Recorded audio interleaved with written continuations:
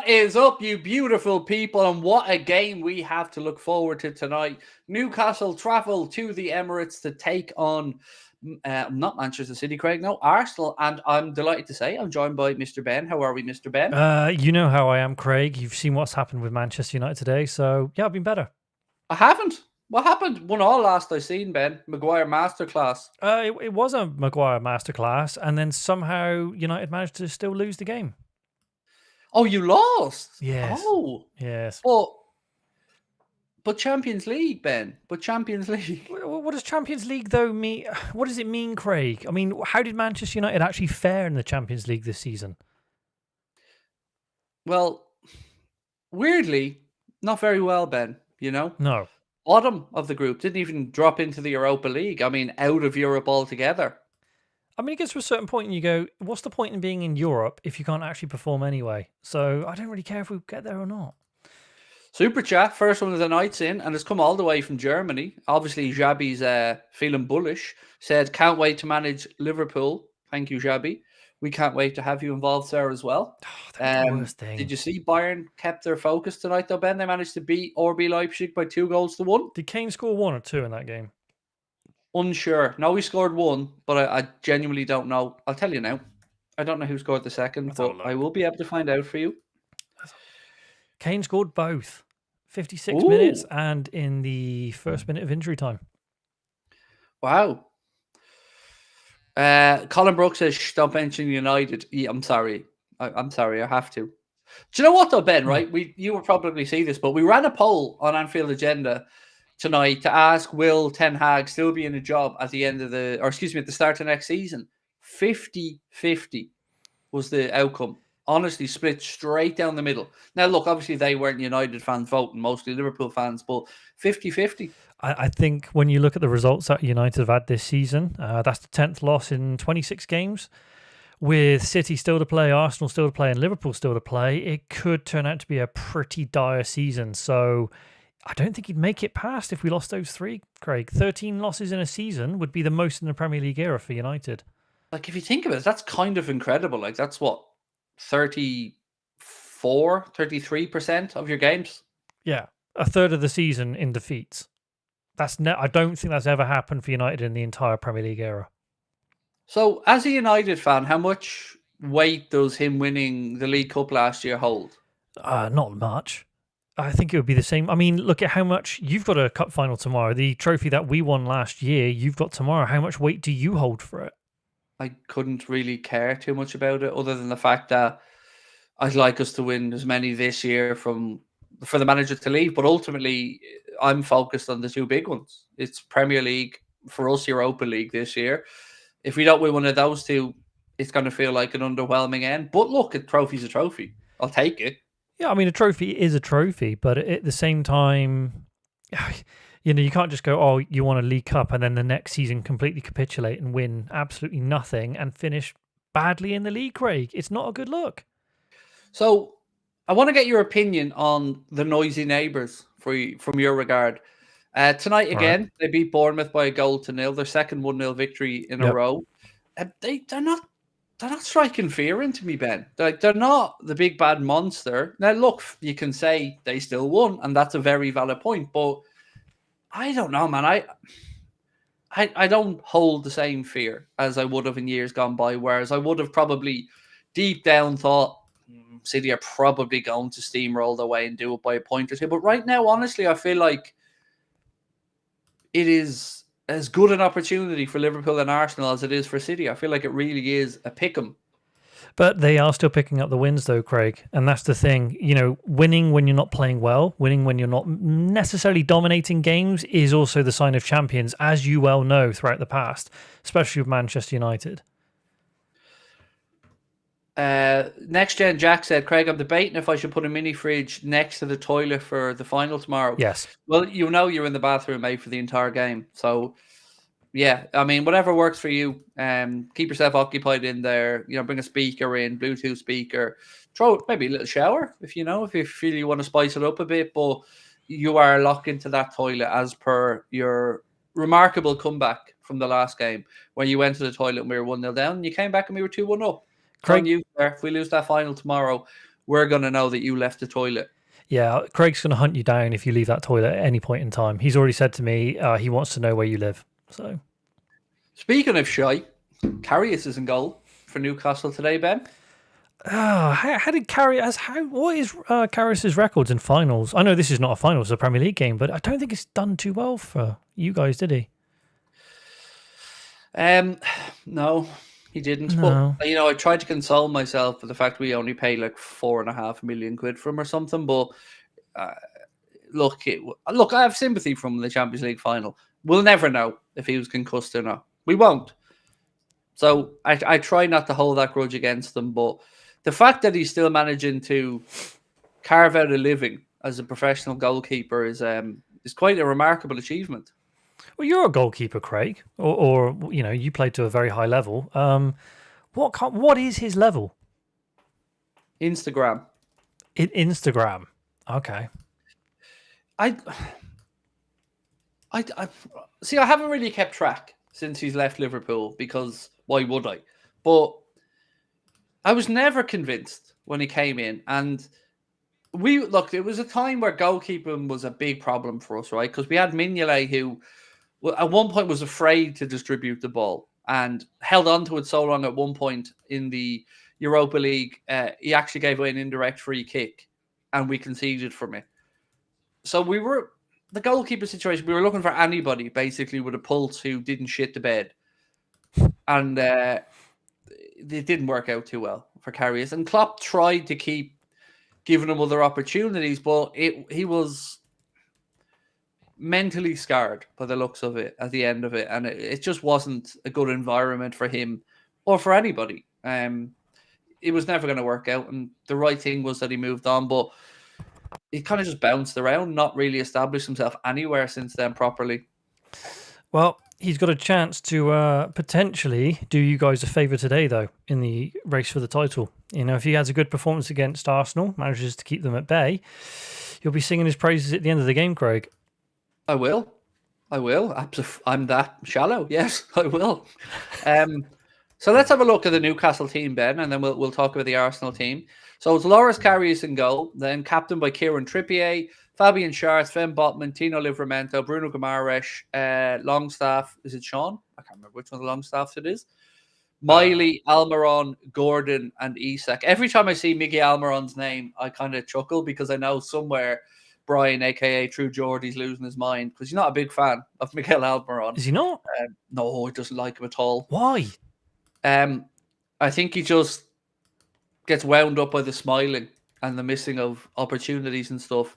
Yeah, he's not a big fan. But surely last season he was happy. When I see him in the starting lineup, I always think somewhere Brian's going to be upset. Hi, Brian. Lots of love, mate. I get it because there are players who, like I've said loads of times, when Mane played for Liverpool occasionally, he'd smile after missing something and I'd be screaming at the TV, what the F are you smiling for?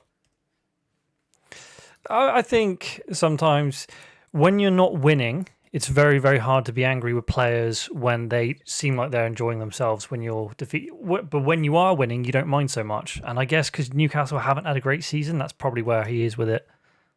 See, I've always liked Almiron. See, I remember him from his Atlanta United days, and he was unplayable. Him and Joseph Martinez over there in the MLS.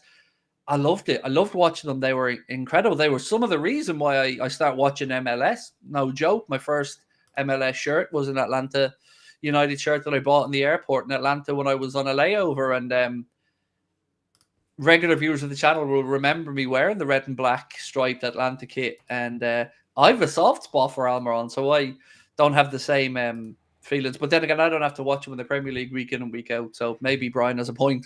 He's a lot older than we think, though, isn't he? Now, isn't he approaching 30? I think a lot of people think he's either mid-20s, but he's actually... Where's he from, country-wise? I want to say, and I'm not even looking, I want to say Paraguay, but I could be completely wrong.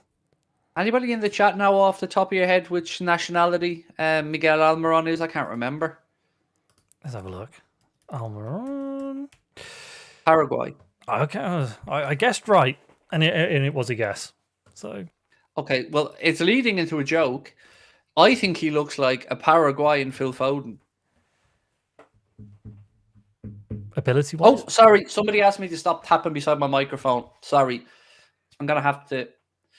The reason I do is a nervous tick. So somebody did say to me, Craig, respectfully, can you please stop tapping near your microphone because it's invading my earphones. So I'm going to try my best not to... he looks like the Dalmio boy. Oh, yeah. I get you.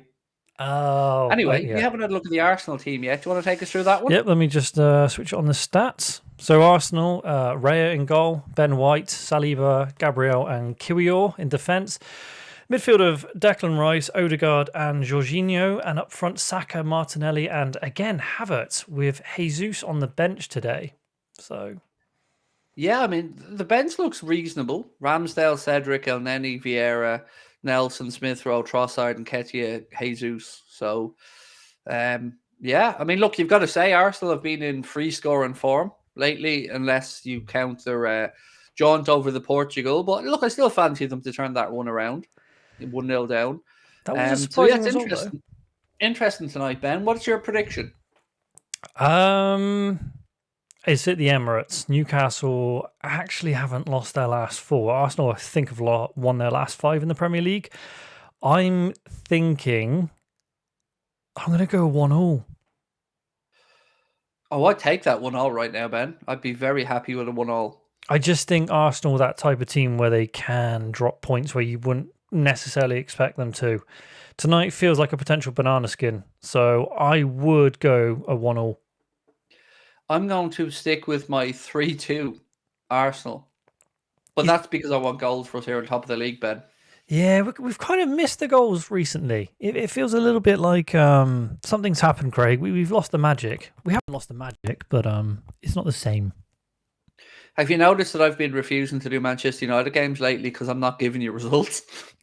Yeah, I've kind of noticed that, especially today. Today would have been a perfect game, but no. Cheers, Craig, for deciding not to do that game, and we lost 2-1. So I'm blaming you. Adam's got in my head by telling me I'm a good luck charm, so I stayed away. Yeah, you did, and Adam was not happy after today's game at all. I think what needs to happen is United need to offer me a season ticket. For what purpose? If you want to win stuff. Obviously, I need to be around. Would you turn up?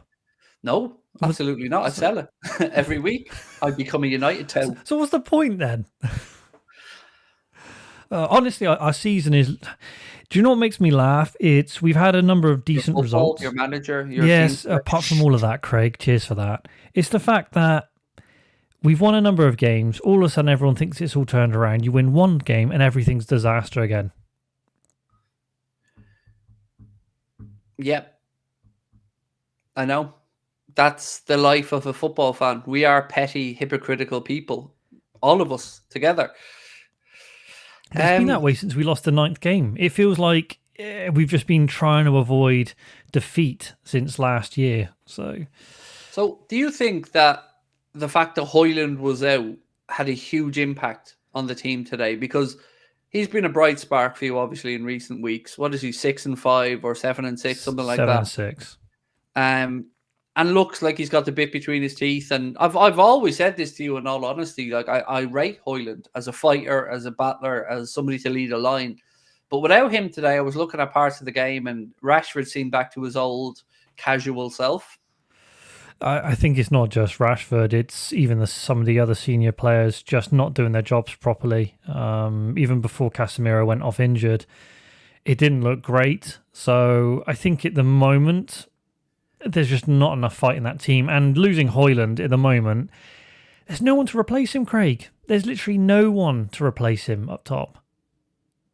Have you found Martial yet? Where's he hiding? No idea. No idea. The guy's been hiding since we bought him back in 2015. So getting ready for a testimonial. How is that even going to happen? I mean, he's not going to get it because he won't be here next season. Oh, he's only 9, is it? This season. 9. Even at that, though, that is incredible because I would imagine he's not on 70 or 80 grand a week. I'd imagine he's on a pretty significant wage. I think most of the United players on a very significant wage, as is Mr. Rashford. And the shocking thing about Rashford's return, Belfast boy. 5 goals in 30 this season. But I'm supposed to believe PSG are begging him to come and play for them. I think PSG think he'll be a different player if he's over there. Different style of football, different location, just a different environment.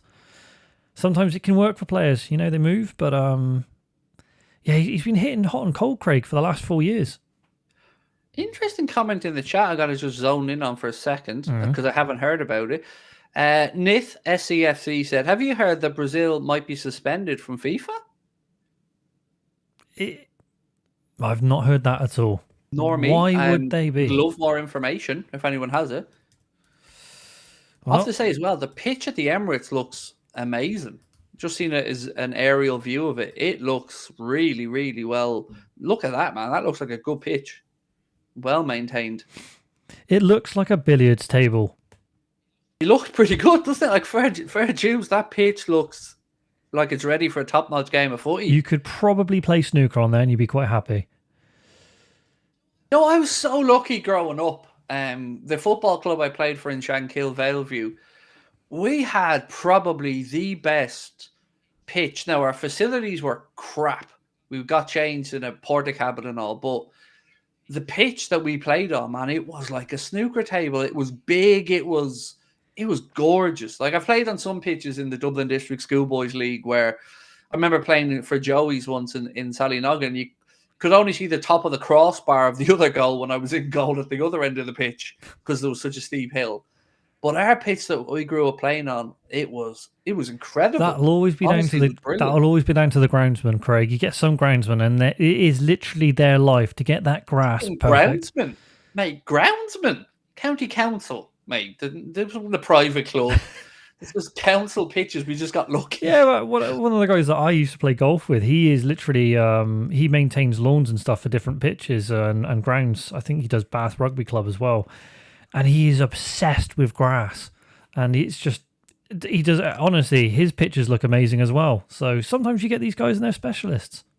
So we used to play, Valeview played, our underage teams played on one pitch. And there was another pitch right next beside it that RSFC played for, Rat Michael Shankill Football Club. And they were a senior club.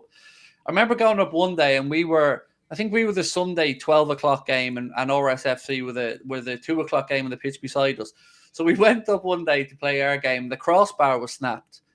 So we robbed the crossbar off the pitch beside us because we had the wooden crossbars, not like the metal ones. Yeah. So we robbed the crossbar off the RSFC one, swapped them around, and then they showed up a bit later to start their game. They were like, oh, lads, you might have to call the game off.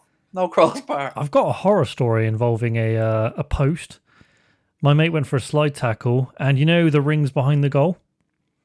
Your mate didn't play for Ireland. Isn't called Phil Bob, is no. He? So he's as he went for a slide tackle, his leg wrapped around the pole, and the ring went straight through his shin and caught it out. So we had to quickly get some bandages on that because you said the ring and not his ring. Not his ring, the ring of the post, not his ring. That would be. Please tell me somebody ran up and said, "My precious." I'm not doing impressions today, so. Someone just asked me, what is my prediction for tomorrow? Craig's not going to like my prediction for tomorrow. So I'm going to ask Craig first. Give a fuck about your prediction for tomorrow, Ben. You never give a crap anyway, Craig. So, honestly, I think tomorrow's going to go to penalties. That always seems to be the way between Liverpool and Chelsea. Right, so what did Nith say? FIFA has threatened Brazil with a suspension in the latest development in the controversy surrounding the nation's soccer federation president. I've not seen anything of the news on that. Well, then it sounds like they're lining up for Guardiola to go in as the next manager, aren't they?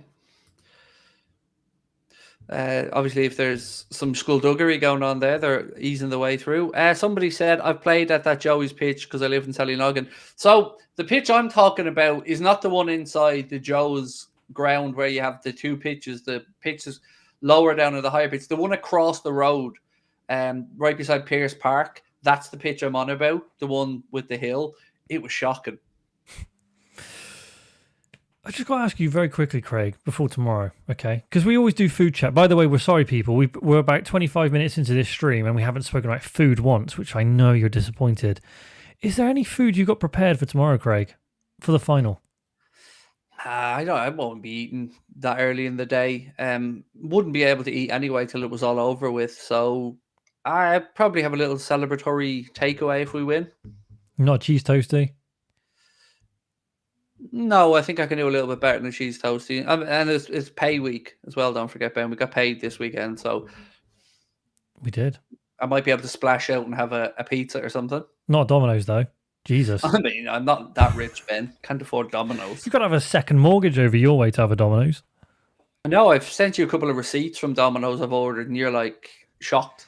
Craig's actually sold a couple of cars just to be able to fund a Domino's.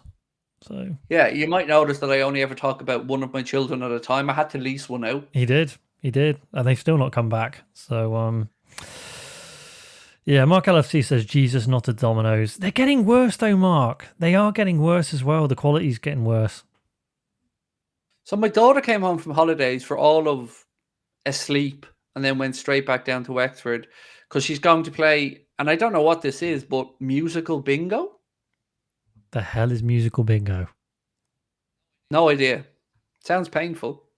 Sounds like almost when you're a kid and you do musical chairs or pass the parcel. Oh dear. Speaking of discos, did you see the light show there? Not the Etihad, at the Emirates. How do you feel about those before games, by the way? I mean, I feel it's a bit cringy when they do the lower the lights, higher the lights, music and all that kind of stuff. It feels like they're going down an NFL franchise type route, which I don't know if they're trying to expand the game beyond. I'm not too sure. I just keep football as it was, but the audience is changing, Craig.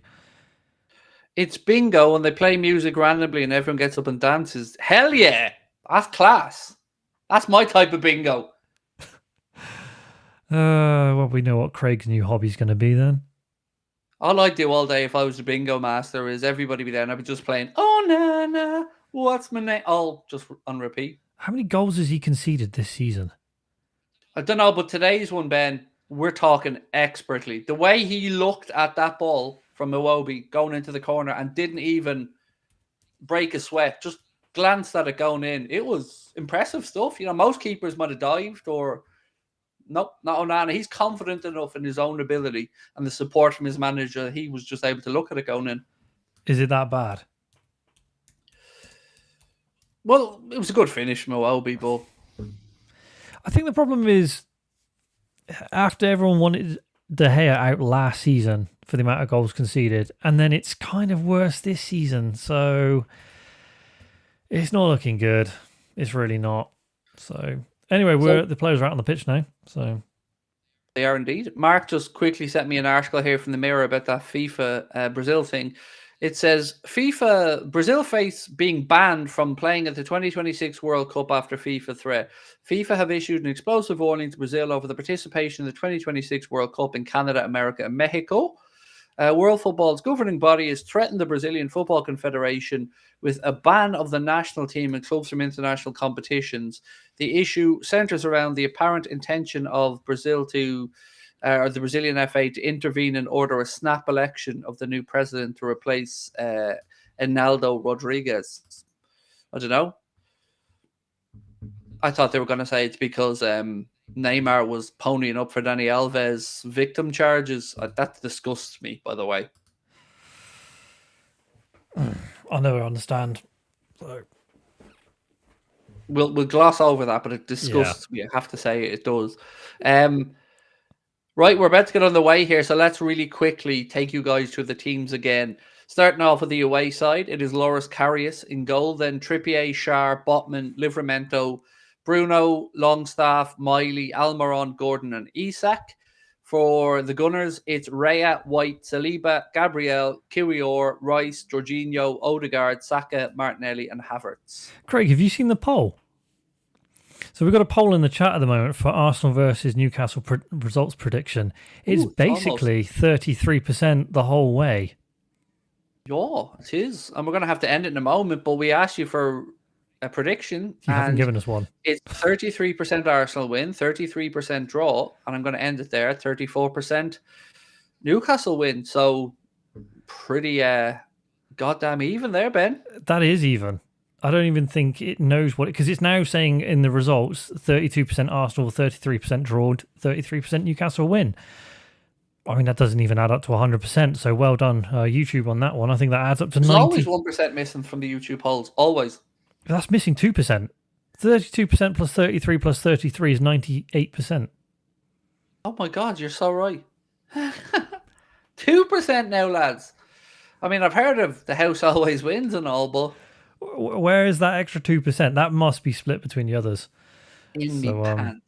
Basically, what the chat has done is the chat doesn't even know what the result's going to be. So we've learnt nothing. Thank you, chat. We've learnt nothing. We are about to get underway, though, so we will take you guys through the 90 minutes, giving you the action as and when it happens, and of course, your favourite food chat. Paul Tierney, there he is, Pochettino's favourite referee. Why is he the favourite referee? He was crying about the refereeing in the game when we beat them at Anfield, which was Paul Tierney. He said every 50-50 went our way. I heard Pochettino's been crying about the referees today. That's what I'm talking about. Oh, yeah, wow. That was a... I don't like it when managers do that, Craig, because it feels like they're trying to influence. We're on the way. Oh, look, it's an age-old trick, isn't it? Right, we are on the way. Arsenal playing from left to right in the first half. Obviously, you know the strips. Arsenal, the red and white. Newcastle in the black and white. And early doors, we've got an Arsenal corner. First attack. Did they do the decent thing and launch the ball out wide? Or can't remember. I don't care. I don't care. I feel like we're winding it back, but right, we will sync for you guys after this corner. We get to 1 minute, just so you know where we're at. So, first corner of the game. Arsenal swinging it in, ball in, cleared away by Newcastle, but it breaks in the edge of the box again.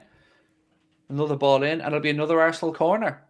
Right, I'm going to sync when it gets to 1 minute, so if I miss some of the action for a second, the sync's important. So we are coming up to 1 minute and 1, 2, 3, 4, 5, 6, 7, 8, 9, 10. Flick on at the near post. Ball breaks edge of the box here to Arsenal. Saka, there you are. Better than Mohamed Salah there, Ben. Haven't seen it yet, Craig, because my internet is literally on AOL dial-up. Any GAA fans out there will know. Take your points. Take your points, and the goals will look after themselves. And that's what Saka's doing here early doors. Haron Trasnon. Let's have a look at this. Oh, was he going for an NFL conversion there? Well, he was taking his point. If you knew your GAA, Ben, you'd know he's just, taking the easy point at the start of the game. Okay. Haron Trasnon means over the bar. That in Irish. Yeah, that's impressive. Good if it's rugby. You could have stacked 4 goals on top of each other there, and he'd probably still have struggled. That is high, wide, and Hansen, as they always say. So, big game for you tomorrow, Craig. Big game. I don't know how you're feeling about Not as big a game as it is for Chelsea.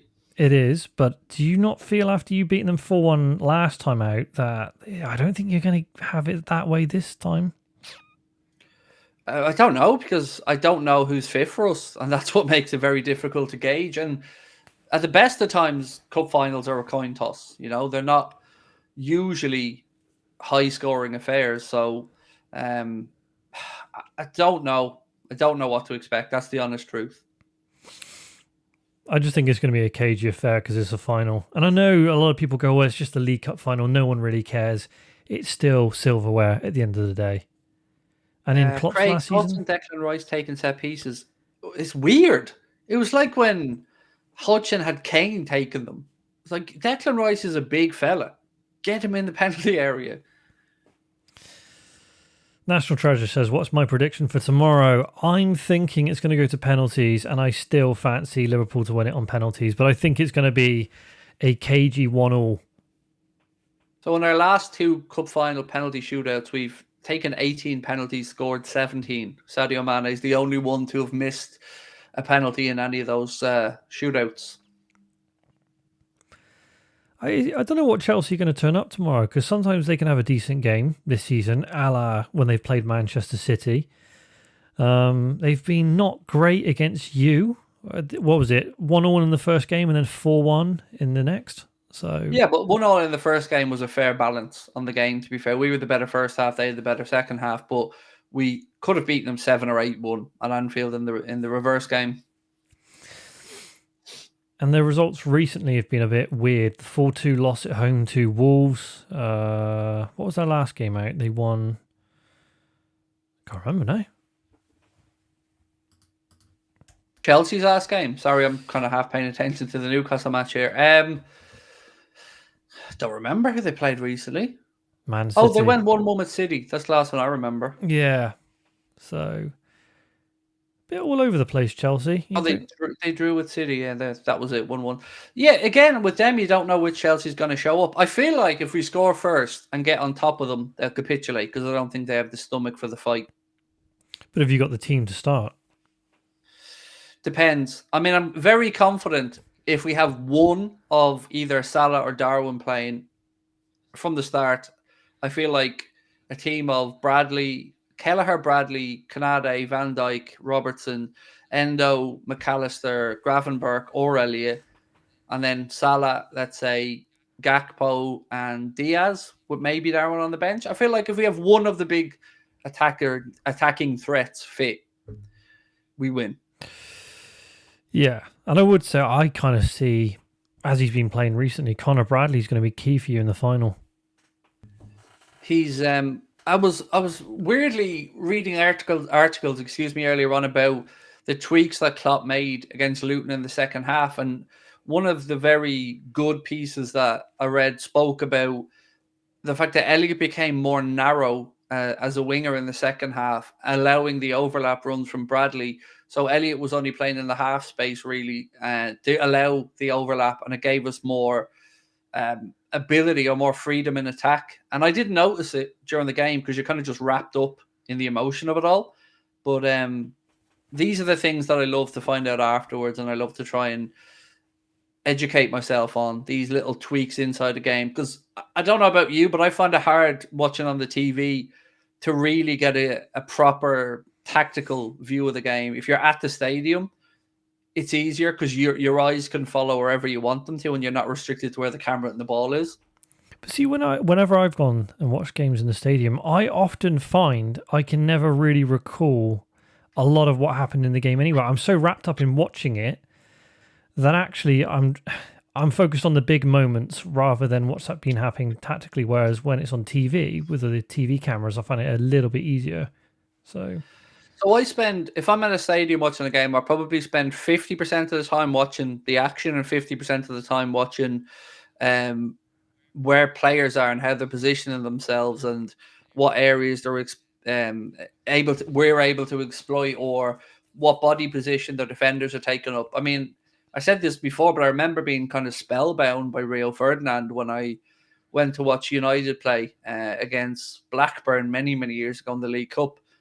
I went over on a cheap day trip with my cousins and stuff who were United fans, and I was mesmerised by Rooney and Rio Ferdinand that day.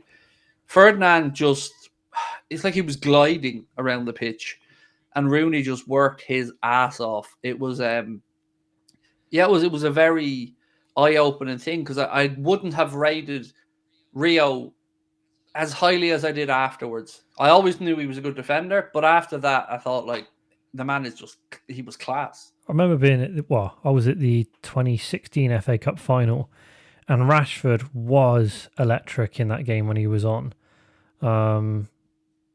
He just had pace to burn, and he could just turn them inside out because we were playing Palace that day. Oh, Arsenal, Saka, Karius makes a save.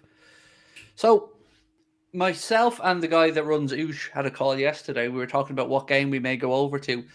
And we're considering the semi-final of the Europa League if we get there. And if that is the game that I go to, ironically, I'll be at Jurgen Klopp's first and last European games at Anfield. Well, got to get there first, Craig. I was accidentally at his first game at Anfield. It was against Ruben Kazan because I booked a day trip before Klopp was announced as manager. So I got lucky that I was over there for his first game. 1-1 draw, and if my memory's right, I think Emre Can scored the equaliser and Benteke hit the post late in the game. Yeah. By the way, National Treasure. If I was at his first and last Anfield European games, that would be interesting. You should have something big to remember. National Treasure, yeah, that was 8 years ago, the FA Cup final. I was at the Bayern Munich game in December, and what an absolute letdown. You think, oh yeah, I'm going to go to a Champions League game, it's going to be great. It's one of the worst games of football I've ever watched. And you were doing a watch-along, Craig. I don't even remember the score. It was 1-0 to Bayern Munich. It was terrible. Oh. I've never been so bored watching a United game. Oh, that was a dead rubber as well, wasn't it? You say that. There was a chance for United to stay in and try and get to the Europa League, but there was nothing doing. Craig, looks like Eden Hazard's had a bit to say again. I'm surprised he can speak. His mouth's usually full. I don't really care about Eden Hazard, to be honest. Everybody knows he's a great player, but he didn't live up to his full potential because, as he said himself, he enjoys Belgian beer, having a bottle of champagne in the fridge, and he likes to look after himself in that regard. And you know what? I don't hate him for it. You know, I'm kind of the same. I love me grub. And I imagine it's very difficult to live the life as a pro athlete, but to go to Real Madrid for €100 million and then just show up a little bit overweight and stuff, I thought was very poor. But look, I'm not judging him. He's living his own life. There aren't many players that can stay at the highest level and keep being motivated to stay in shape, do everything right every single day. But then you look at Cristiano Ronaldo, just turned 39, still absolutely ripped, training like anything. Okay, he's only in the Saudi League now, but he's still trying. So... yeah, there's been, Gareth Barry, James Milner, Ryan Giggs, as you said, Ronaldo. If you do, the proof of the pudding is there. If you look after yourself, you can have that longevity. But I would imagine, Ben, it takes incredible self-restraint.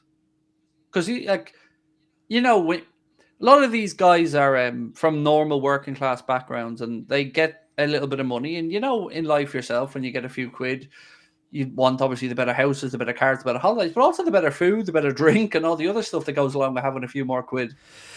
Yeah, but I guess it depends what you value. And I think Ronaldo wants his legacy to be the best at everything. I think he just wants the best stats in every single area. So that's why he's still motivated to keep going as long as he can.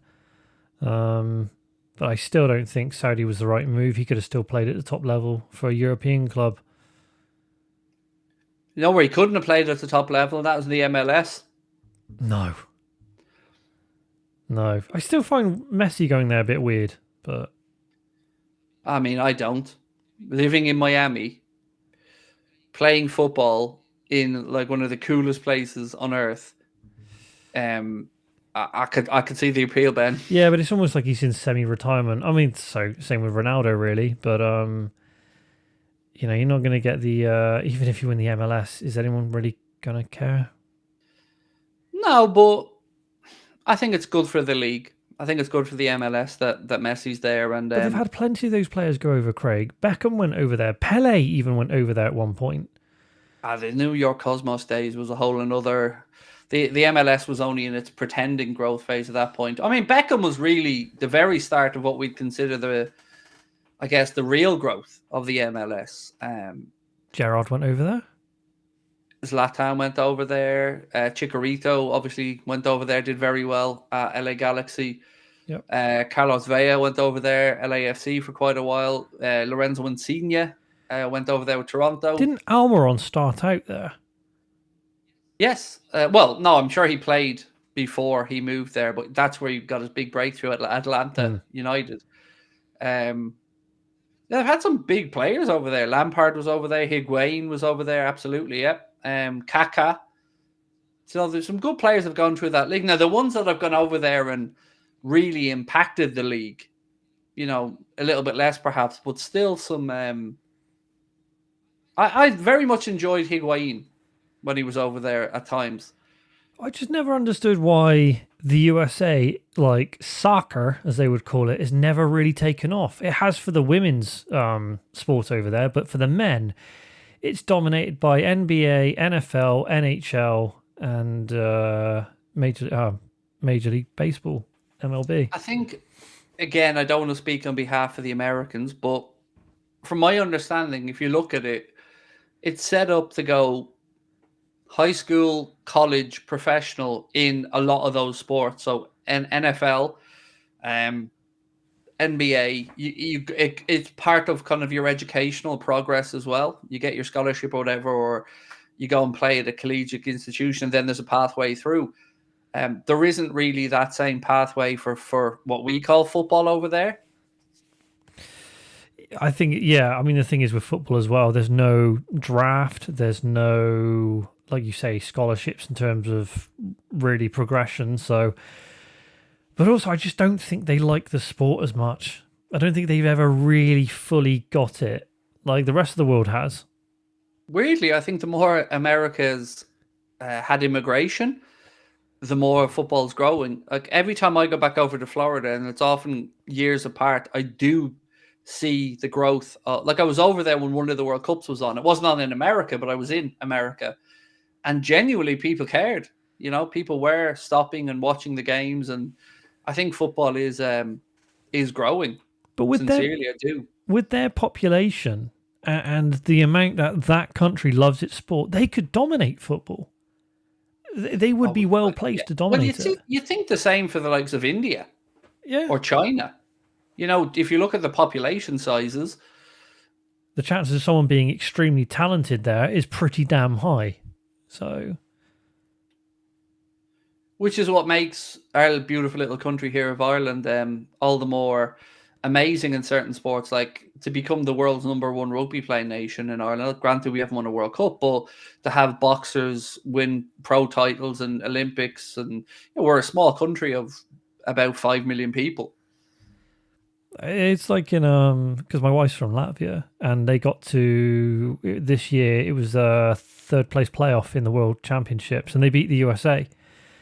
Honestly, the homecoming in Riga was insane. I don't think you mentioned the sport, although I know what it is. Ice hockey.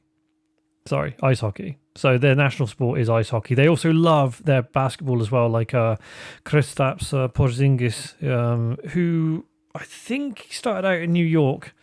I don't know if he's with the Dallas Mavs now or Washington Wizards. I can't remember. It's either Mavs or Wizards. So still scoreless in this one. 60 minutes on the clock. Arsenal pushing and probing, but Newcastle standing firm at the minute. I've never been into basketball really. I watched it a little bit growing up when like the Scottie Pippen, Michael Jordan, Larry Bird, kind of Magic Johnson days maybe, but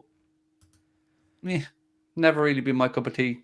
No way. Porzingis is playing for Boston. How have I missed that? Why do you think I'm going over there? I mean, they call him the unicorn. So I did not. Oh, bloody hell. I've missed so much of this season. 1-0. No. Yes. No.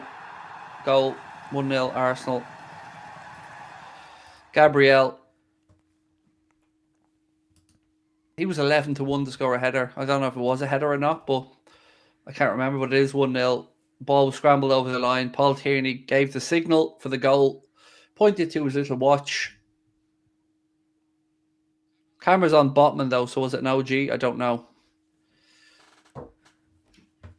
We will talk you through it now, but it is 1-0 Arsenal, right? So, ball comes in.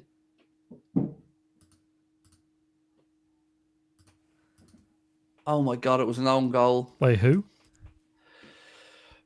Botman, I think, or Shar.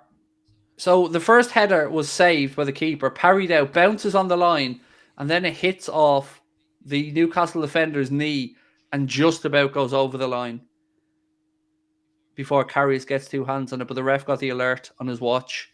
Oh, that's just a comedy of errors. I'm watching it back now. It's kind of half. So Karius makes a save quickly at the near post. Then the ball bounces. You can see the spin of it. Newcastle player tries to get there, misses, and then another player, I think Miley, plays it back off the knee of the Newcastle centre back, and it's over the line. That is comical defending. Gabriel with the header, yeah. Karius with the save, up in the air, spinning. Is that? I think it's Miley tries to clear it, misses it, and then it comes off the defender's knee. I don't know. Botman, it was Botman. Yeah. So it is 1-0 Arsenal. We're back underway. Let's see if Newcastle can find a way back into it.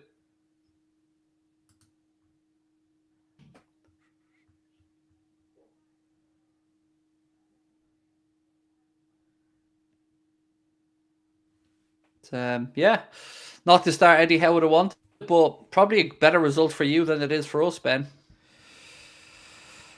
Yeah, I mean, with United losing today, it's better that Newcastle lose for United, but to be honest with you, it kind of makes no difference because it's so far behind in the race for top 4 anyway, Craig. Well, I think 5. I think you can look at it as top 5 for Champions League. I don't think so, though, because if Arsenal are to potentially not progress in Europe, I don't think we would get the top 5. Well, Opta's analysts give a 77% chance of the English clubs getting that extra place. But that's relying on Liverpool to perform well in Europe, Brighton to perform well. City are going to go deep. We know that. Yeah, but the City can't carry all of the coefficient by themselves, can they? Well, you've got City, Liverpool, Brighton, West Ham, Villa, Arsenal. And Arsenal, they have a deficit to overturn, but you'd fancy them to do that in the second leg at the Emirates. I don't think Arsenal have won any of their last 5 knockout games in the Champions League. I think they've lost all 5. Oh, we're getting to see the goal line technology right now. Yeah, it's well over the line, that.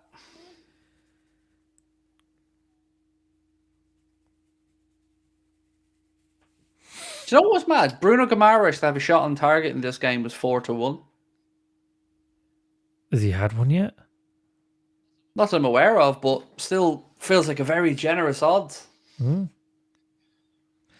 Yeah, that ball's well over the line. So I was still cashed out of a bet before this game. I had a 4-game accumulator, and the last one up was this one. And I would have needed Odegaard to score or assist, but I cashed out of it before the game because I wanted to take my 90 quid profit. So far, seems like a good idea. You nervous for tomorrow? Not really.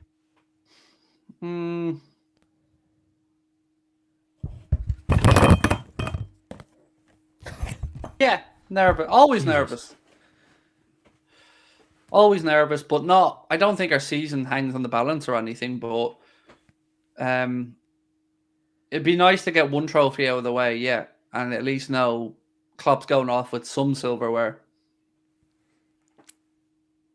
I don't know. I'm just not too sure. I always find finals a bit of a...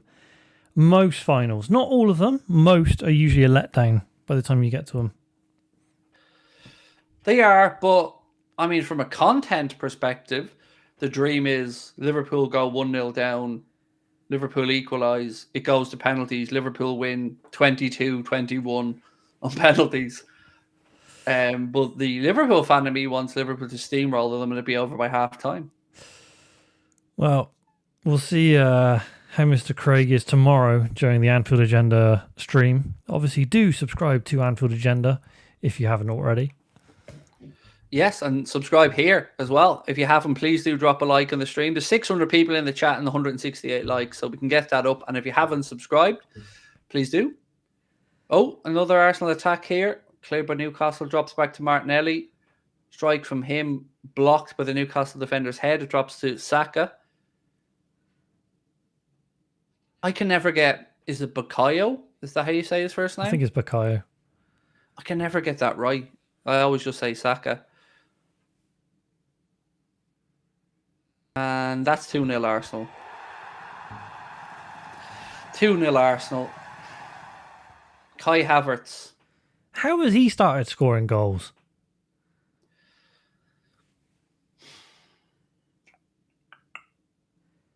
They're answering the test. Fair play to them.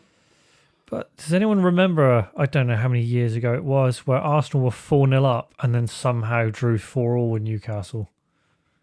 Yeah, I remember that day. I also remember us playing Arsenal and Arshavin scoring 4. Yep. It's good. Again, it's just Newcastle hoofing the ball away, trying to clear their lines, and it just came straight back at them. Let's have a look at the replay. Here's a question, Craig. Is Eddie Howe's job under threat? I've said this all along. I don't think Eddie Howe's anything other than a placeholder at Newcastle. I think what they did last year will probably undermine him in the future because expectation went through the roof then. And this year, looking at the league table and the fact that they're likely going to lose this game, best they can hope for is the lesser European competitions. I think they're going to struggle to get that at the moment with the way they're playing. I mean, this would be their 11th loss of the season. And you've pinched their sporting director, and they weren't able to spend much money because of FFP. That's mad. That's honestly, Craig, that's mental. The fact that you've had all this money come in and you can't even spend it. So what was the point? I guess the point was that they hoped they could do things and build it cleverly and in the right way. And look, it looked like it was on form. Now, you would have to say if they don't get European football, that's obviously going to negatively impact their ability to spend again.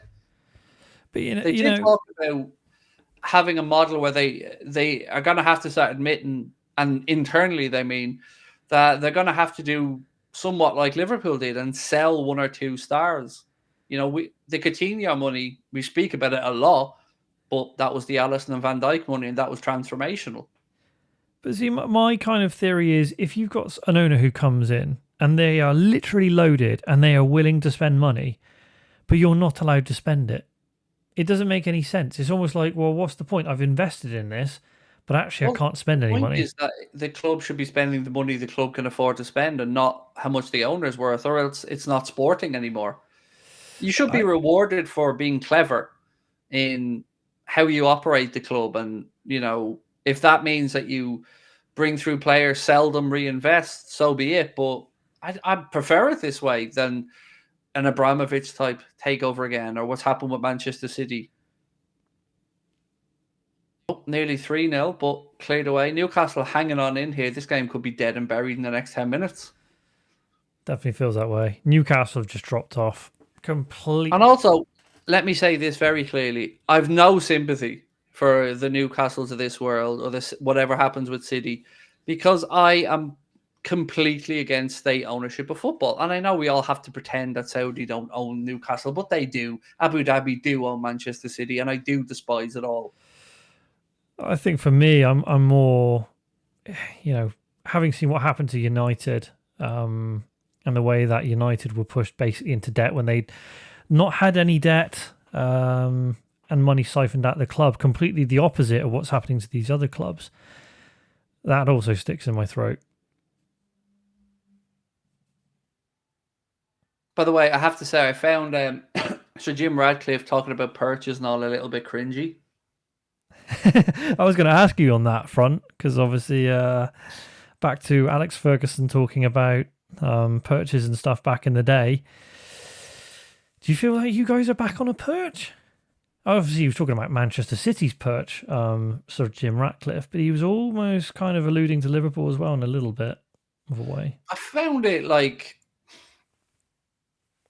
demeaning. I found it that he was trying to get the lower intellect United fans on side by giving a sound bite that, I don't know, makes him sound like he understands United's history more so than, look, I'm sure he does get United's history, but I don't know, I found that weird to hear him talk about purchase and stuff again. It just sounded like a bit of a soundbite more than anything. Yeah, I didn't, it was the first hearing you go, oh, that's great, he gets it because that's what Sir Alex Ferguson said. But at the same time you go, yeah, but we're not that same club at the moment. We're not in that position. There's a lot of work to happen, and it's a completely different animal in this modern world. So it was I find the whole notion of public money being used to develop Old Trafford laughable. Yeah, I'm not sure that should happen. But then, shouldn't. Where do you stop? Do Liverpool get I theirs? get that. Do Arsenal get The theirs? only thing I could say is the Glazers have how much have they taken out of the club? They're saying about £1 billion. So that's £1 billion that actually the club should have, but they don't. But that's not up for the public to make up. No, that's nobody else's fault. No. That was the way United were allowed to be bought. And to be fair, the rules have changed. No more leverage buyouts. But just the sheer notion of even considering it, I found it actually undermines Manchester United, because it's not like you guys can't afford it.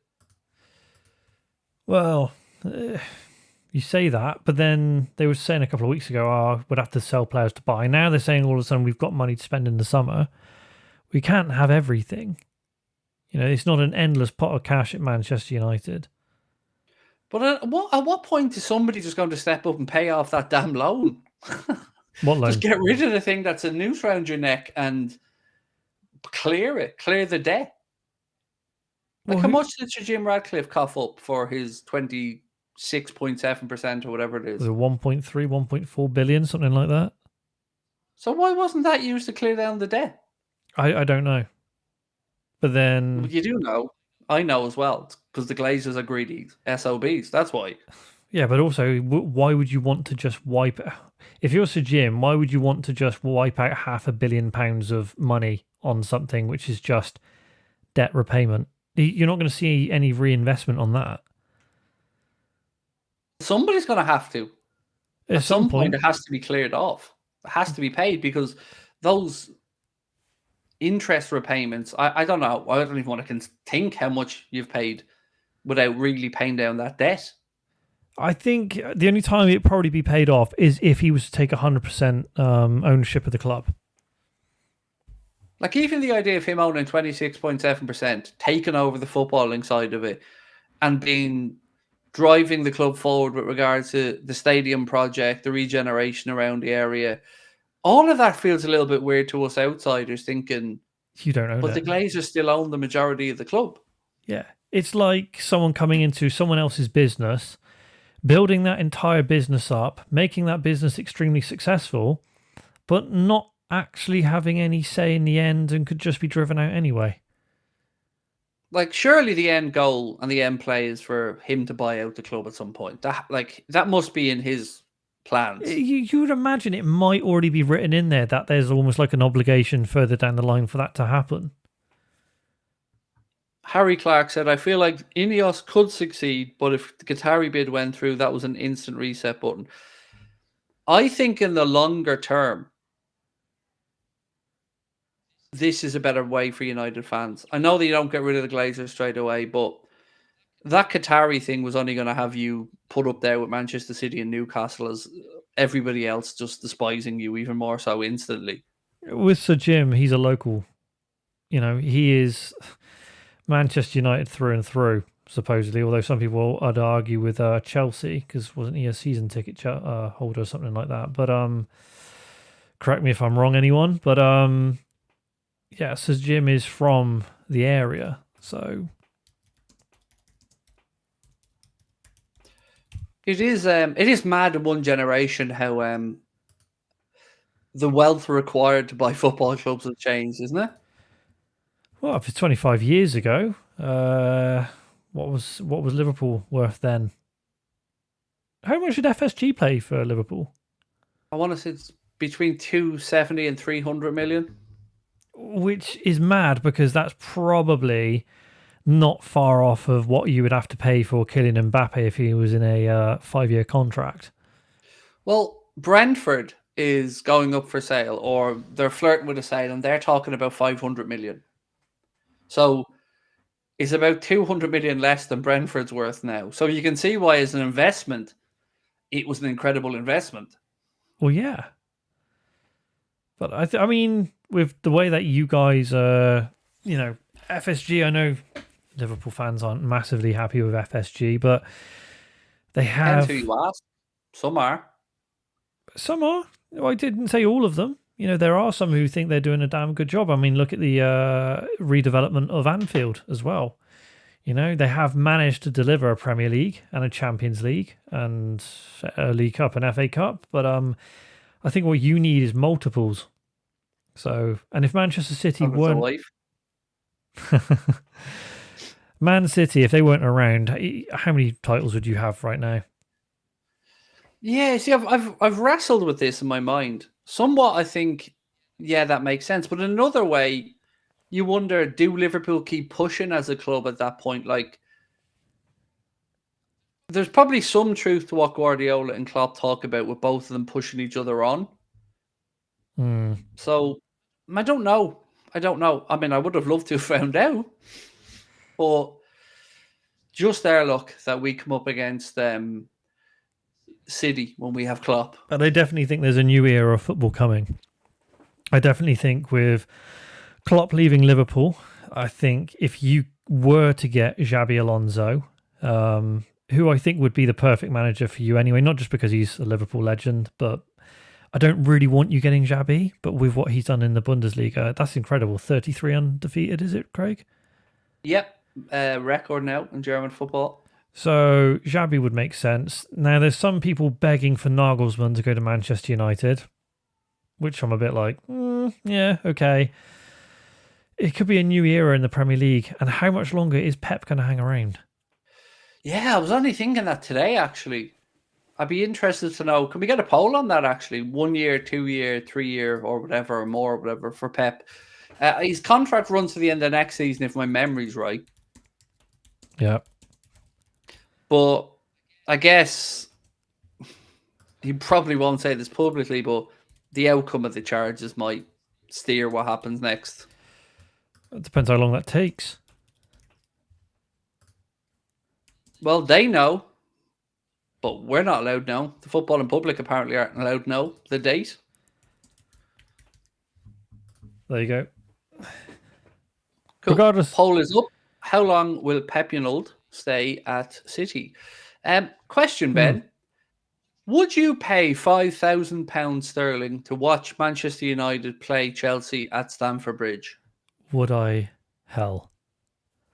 Well, that's what Mr. Todd Bowley is going to be charging some people, because that is going to be the most expensive ticket in Premier League history, and £5,000 and £3,000 when they play Spurs. But yes, 5,000 English pounds is, with a straight face, the fee that Todd Bowley is looking to charge for Manchester United coming to town. Does he think it's an NFL franchise? Does he think it's the Super Bowl or something like that?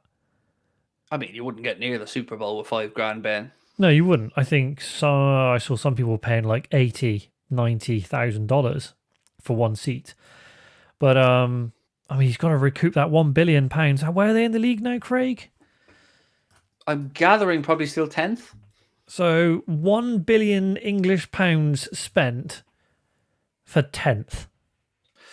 This article said from Matt Law of, I think, The Telegraph, Chelsea set new Premier League high by charging £5,000 for one ticket when Manchester United come to play. They're also charging £3,000 for the game against Spurs. And this is the kicker, Ben. This is priceless. £2,000 for the FA Cup game against Leeds United from the Championship. £2,000 for what? £2,000 for what? Don't know. Is Poch going to come up and literally serve them tea? Is he going to cook it for them? Oh, good save there from Karius. I don't know what the £5,000 entails, but it is embarrassing. I mean, what's also embarrassing when you look at the table between Chelsea and Wolves, okay, Chelsea spent, £1 billion? How much did Wolves spend in the summer? I don't think that much. Almost identical records. Goal difference is the only difference, and I think there's only about 2 goals in it.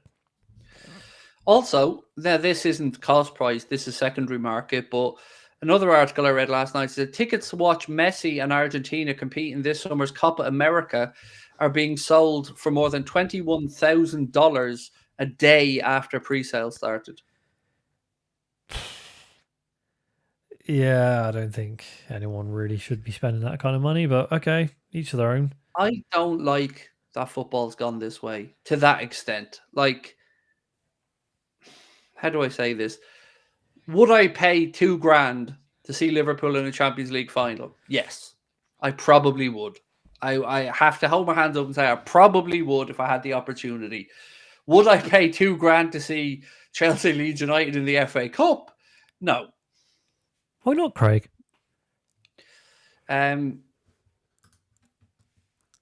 Well, I could go to America on holidays for a couple of weeks for that price. Yep, you could. Have a nice week in New York as well in a very, very good hotel. Like, I get it. Some people are willing to pay premiums for certain things, but Argentina in a Copa America group stage game for $21,000? No. I think you'd more luck hanging around waiting outside the Inter Miami training pitch to get a glimpse of Messi and have a nice few weeks for vacation in Miami. I mean, it was always going to go this way with football. It was always going to go down the commercial route, and money absolutely drives everything now. Look at how much footballers are paid. It's insane when you compare it to, say, 25 years ago. There's more money in the game than ever, and you just think half of it's just being flushed down the toilet. Where is all this money going? And then the people who pay for it are the fans. Of course. Absolutely. And that's why I don't get the cheerleading of all this stuff at times from people. It's embarrassing. You know, football is gone to, I won't even say entertainment, because even at that, I'm not paying $5,000 to go and see a concert. But the thing is, football was always supposed to be the working man's sport, the beautiful game. You know, in Germany, they've got that system whereby fans only pay so much per game. I think, is it Bayern Munich? They top out the tickets at a certain price. I think Bayern Munich season tickets are about £300 or something like that. So it's just gone to the point now where the working man's game, the working man can no longer afford to watch in person the working man's game. But not only that, they've then taken the games that used to be on TV, like the Champions League final, Craig. It's now all behind a paywall. The FA Cup. That's not going to exactly invite the next generation of football fans, is it? No. So all that happens is it just becomes a vacuum of the more money that goes in, the more that these companies pay for the rights, the less that people can actually watch the game. Which makes the whole idea of the Super League and that app being free for everybody to watch even more comical to me.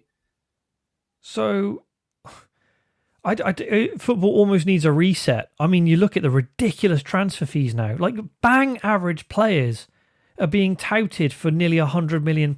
Why? Because Pep Guardiola at Manchester City started inventing the £50 million fullbacks and bought 3 of them. But it's no player is worth 200 million. I'm sorry, but when Neymar, that whole PSG thing, it completely cocked up the market, because all of a sudden it's like, well, if Neymar's worth 220 million, this player's only half as good as him. He's clearly worth 100 million. No! Let's be honest, that just became a rich man's pissing contest, because PSG felt slighted by the situation when they went to the new camp and they were turned over by Barcelona. They felt disrespected by the way Barcelona celebrated and stuff, and they came in and said, well, we're going to teach you a lesson. You don't think anyone's going to pay 250 million quid in one lump sum for a player, but hold my beer. Well, actually, not hold my beer, but you get me. But then look how much Mbappe is being paid personally to go and join Real Madrid. Here, poor man's taking a pay cut, Ben. My heart bleeds. Love. The love of the game. How much is he being paid? I mean, it went from overnight it being 50 million quid signing on bonus to 130, and now the poor fella's going to have to make do with 15 to 20 million euros after tax a year. How's he going to live? Oh, there's Almiron through one goal, making a mess of it. If everybody shushes, you can hear Brian shouting. But what I would say, Craig, is at least Mbappe can afford to pay for a Domino's. Yeah, fair. He doesn't even have to turn on the deal wizard or anything on the app. Nope, just pays full price just for the sheer giggles. Ordering large pizzas when he only wants a medium and all. Yeah. Flexing. Just leaves a couple of slices in the fridge ready for the next morning. just seeing how many toppings he can hit on the app, see how high it goes. Do you know what I mean? Just because. Yeah. You know the toppings are only worth about 20p, but they'll charge you £1.50 per topping anyway. £4 for delivery here. £4. £4. Pizza delivery is supposed to be free. It's the law. I'm sure it's in our constitution somewhere. It used to be, not anymore. Ours is £2.50 for delivery. I mean, I've got the Proclamation of Independence somewhere. I'm sure it says somewhere on there, thou shalt not pay for pizza delivery. Soon they'll be paying you a surcharge just for making it. Oh, there's one place here that charge you an extra 50 cents for ordering it online. So you pay for everything and then they charge you 50 cents for having to order it online. Like, oh no, there's some deals here which say it's literally cheaper if you go into store. Like you pay extra for just being on the app. £4 for delivery. What are they doing? I know, it's scandalous. It's like the final kick in the nuts. And then they're like, our drivers now accept tips. Tip your driver. Fuck him. Hope he gets a flat tire. That reminds me of the tipping culture in New York. Like, you have to tip. It's like you have to. Why? You did your job. I don't get tipped for doing my job. Because the owner's too cheap to pay them a living wage, so you have to do it. Yeah, but then New York is ridiculous anyway for price. Like, how the hell anyone lives there, I'll never know. I don't know. But Boston's going to be fun. Less than 4 weeks to go, Ben. It is. And there will be a trailer coming out at some point for something or other. Yes, we are putting together a nice little promo video to try and help ticket sales and entice a few more Bostonians to come and see the Anfield Agenda boys. So what are you going to be doing there? You're going to be dancing on stage? Is there a comedy show? Maybe a bit of magic, card show? It's just going to be 2 hours of food talk. 2 hours of food talk? Yeah, that's all it's going to be. 2 hours of food talk. Just debating best toppings on Domino's? Well, I would like to think we're probably just going to order a whole host of local foods and try them all together and review them on You should stage. just get a load of US sweets. Oh, yes. Well, that's going to be happening anyway, regardless of the show. Honestly, mate, I'm so excited. I've never been to Boston. No, that's a lie. I've never set foot outside the airport in Boston because I did land there on a layover. I can't wait. Honestly, I'm so excited to get to Boston and meet some people, check out the city, go to Fenway, hunt down John W. Henry and see if we can talk shop. It's going to be a good time for you and the old fam or whoever's going with you. So I'm just killing time till I get to Vegas, Ben. I know you are. That's it. I'm making the family eat stale bread and beans on toast and all so I can afford to live life up in Vegas when I go in October. So why are you going to Vegas again? Why? Just to fulfill a lifelong dream, really. I'm not joking. People think Vegas and they go, oh, he wants to go gamble.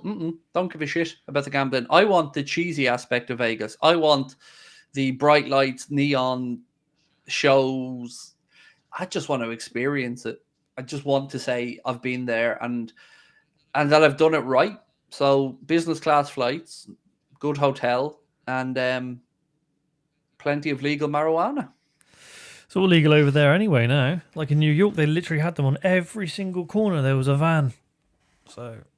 Oh, I don't worry. I've got my Boston peeps gonna have stuff ready for me for when I arrive.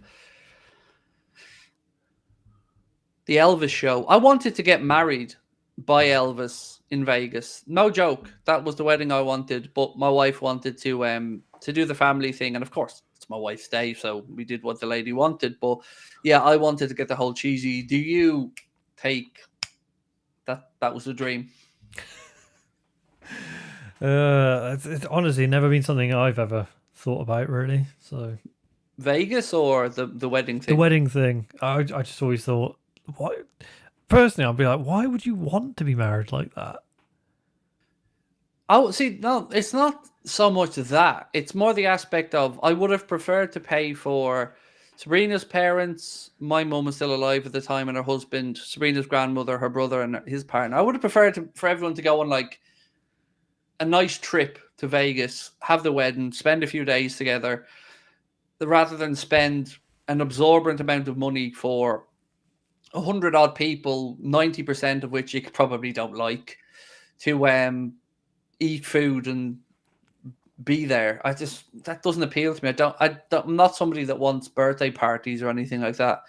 I like to be around the few people I actually love and want to be around and spend time with, and I don't like the fakeness of weddings. You know, the whole, oh my God, oh, doesn't she look great? And oh, I haven't seen you in ages. Fuck off. I can't even eat me dinner because I'm choking it down looking at you. Have I ever told you how much I hate you?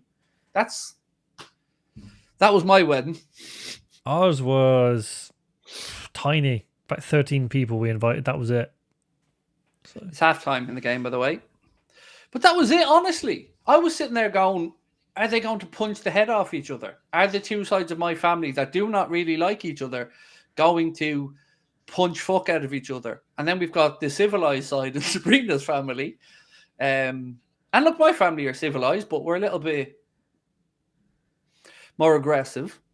And honestly, the highlight of my wedding was in a taxi at 4 a.m. with Sabrina on the way to Dublin Airport. That was when I finally just let out a breath and said, oh, okay, we're married. The honeymoon starts now. Now I can enjoy myself. We didn't go on honeymoon for 6 months.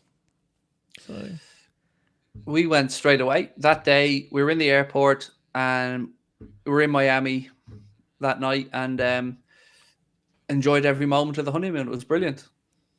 I think we put off because, wow, that's when things started to go tits up at you-know-where. So, well, we won't bring him up today. No. But yeah, that by the way, I've seen the photo of yourself and Annette. And you both look very good. You looked very well on your wedding day. Everyone always says, you're punching. I'm like, cheers, lads. We're all punching, let's be honest. Yeah. The fact that any woman puts up with any of us is a goddamn miracle. Oh, yeah.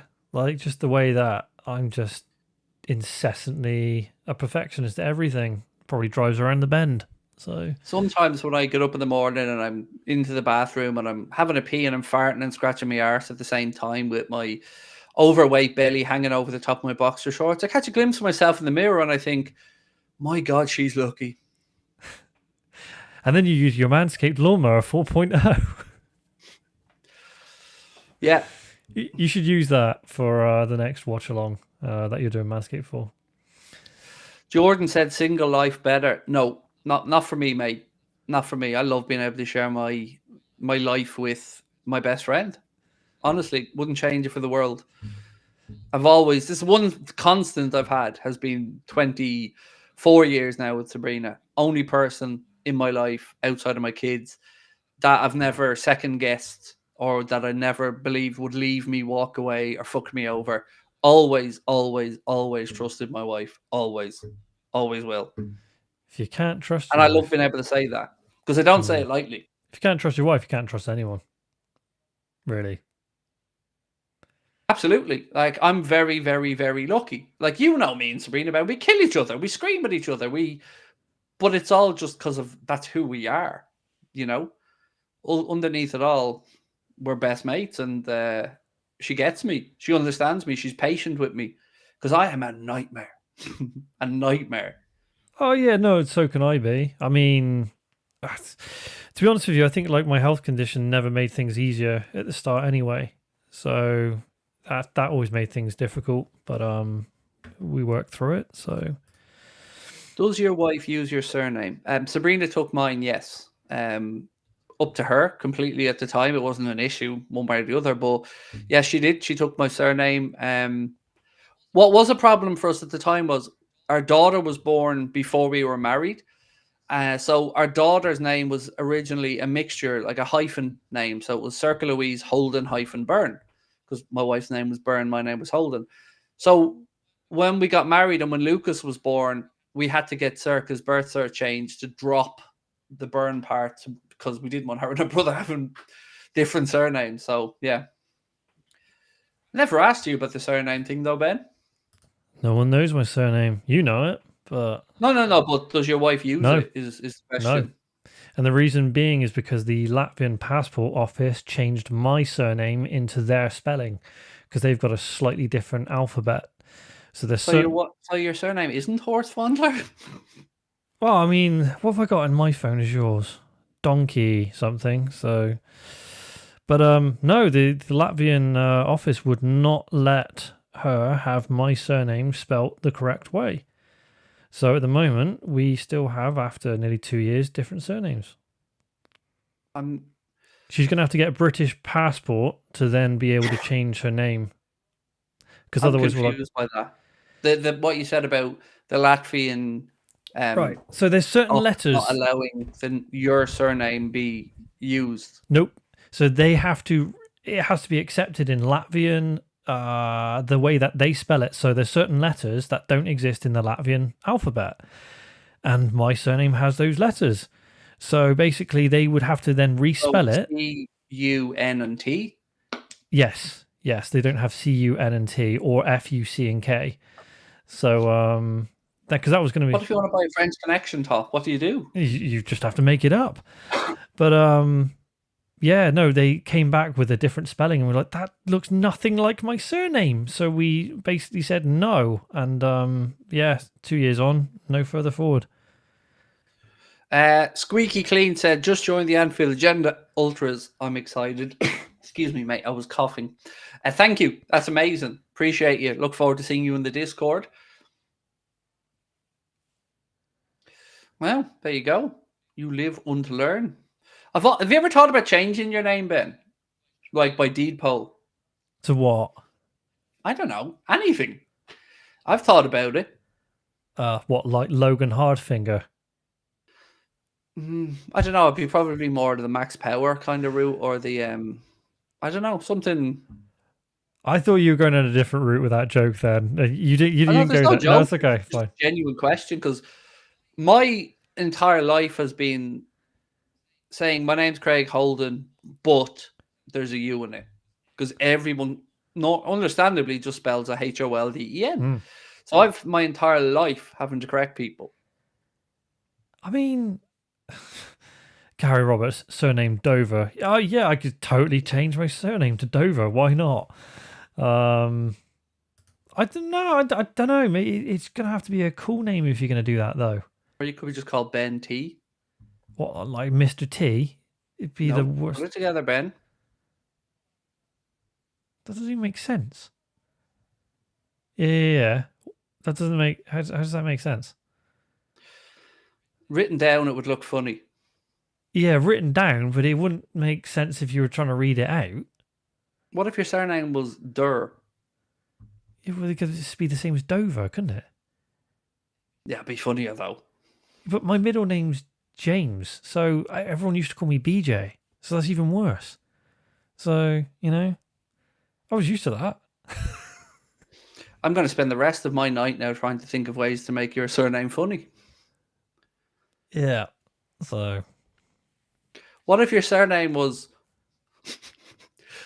Press 300 kilos? You're reaching now. You are properly reaching now. I'm going to change your name to List. Your surname. Well, I've always wanted to open a pawn shop called Houlden Pawn. No, you're just going to be known as Craigslist from now on. And there will be people in here who know what Craigslist is. Yeah, but you see, I also have that problem, by the way. I'm also either called Craig or Greg. Greg. So I've got a first and surname, Fustercluck. See, people keep calling me Dan. Like all the time. It's just like you try and do anything. Is it Dan? No. Does it sound anything like Dan? No. So Craig's thinking now. I'm still thinking of Ben stuff. I won't lie. I'm still sitting here thinking of other Ben stuff. You're Craig's List. I'm going to come up with one belter before we finish this, like one top-notch one. Any suggestions in the chat? People call me Gary, said Matthew. Gary. Gary, even though he looks nothing like your name. Yeah, they named him Rodney after Dave. It's when people start getting called just random names that sound nothing like their name at all. He's like, where have you got that name from? It's some completely unrelated thing that happened to them. So I'm still thinking about Ben stuff. The fact that you're thinking about me is weird. If I told you I had an erection, would that help? No. Okay, I won't tell you so. Well, this game has been great so far. It's still half time. Yeah. We need a goal from Newcastle to make this interesting. To be honest with you, I think if City had dropped points earlier, it would have made it a bit more interesting. But I don't know. I just feel like City are just gonna keep grinding out crappy results. You do know we're watching Arsenal here, though, right? Yes. Have we ever watched the In-Betweeners? I was watching it as late as last night, or as recently as last night, to be honest. Watched the first 3 episodes of season 1 last night. Honestly, the In-Betweeners is just one of the best comedies ever written. How was your daughter's holiday? Said Afiz. Really good, thank you, mate. She had a great time. So much so that her boyfriend actually over there was trying to arrange it to stay for another week, but it was actually sold out the hotel. But yeah, they had a great time, thank you. First one away from the parents on her own as an adult. And yeah, she had a great time.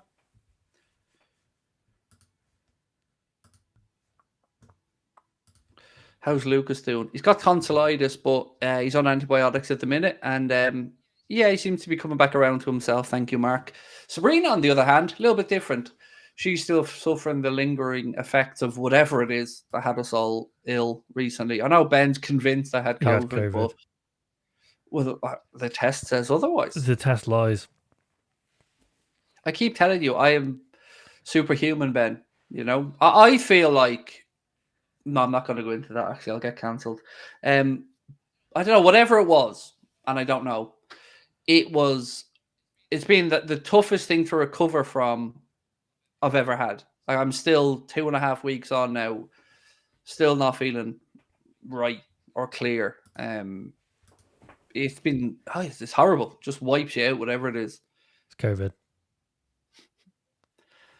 I found your wife's Facebook. Well, it's not fucking hard, mate. You know, put her name in. Jesus, it's hardly rocket science. That's also a little bit stalkerish, if I'm honest with you. Borrow there. It's also very, very weird behaviour. I don't care. Anyone who's on Facebook deserves to be ridiculed. The fact she's even on Facebook still is more embarrassing than anything, to be honest. Well, we used to have this agreement that I'd have Twitter, she could have Facebook. Like Facebook, isn't it now? It's just full of people just sharing their food stories, and half of it now is just AI crap. So what? People sharing food stories? I need to be on Facebook. Yeah, just food. Honestly, just people going, "Oh, look at this! I've had this great whatever it is," and it's just literally just people sharing their food stories. So Sam said, "Craig, can you unblock this? I've emailed but not heard anything." Not seen your email, Sam. Honestly, mate, somebody called Brett emailed us looking to be unblocked, but I've not seen an email come through from your good self. Can you copy his account name there, Ben, and search the lists on Anfield Agenda? How big's the list on Anfield Agenda? It's very big. Might be a problem. Well, just keep an eye on his profile pic. Yeah. Easier said than done. We'll have a look now for you, Sam. If we can find it, we'll unblock it. But then... Now, if you could give us... Oh, can you post a link? He can't post a link, can he? No. But then it's like, why do people get blocked? They go, "Oh, it's blocked accidentally." Were you, or did you do something? Sometimes I block people because I'm in a shit mood. I just got blocked. That's generally what you do anyway. Why don't they ever do it in alphabetical order either? That makes it so much harder to find people. I know, it's weird, isn't it? It's like you'll get a bunch of people in alphabetical order and then you can't find anyone. So you just go, what's the point? Can you check if unknown's banned? We've already been through this, saying. Yeah, that's fine. I swear we've already done that, saying, and the likelihood of me removing an account that's called unknown, though. Got to be honest, mate. I tend to agree to.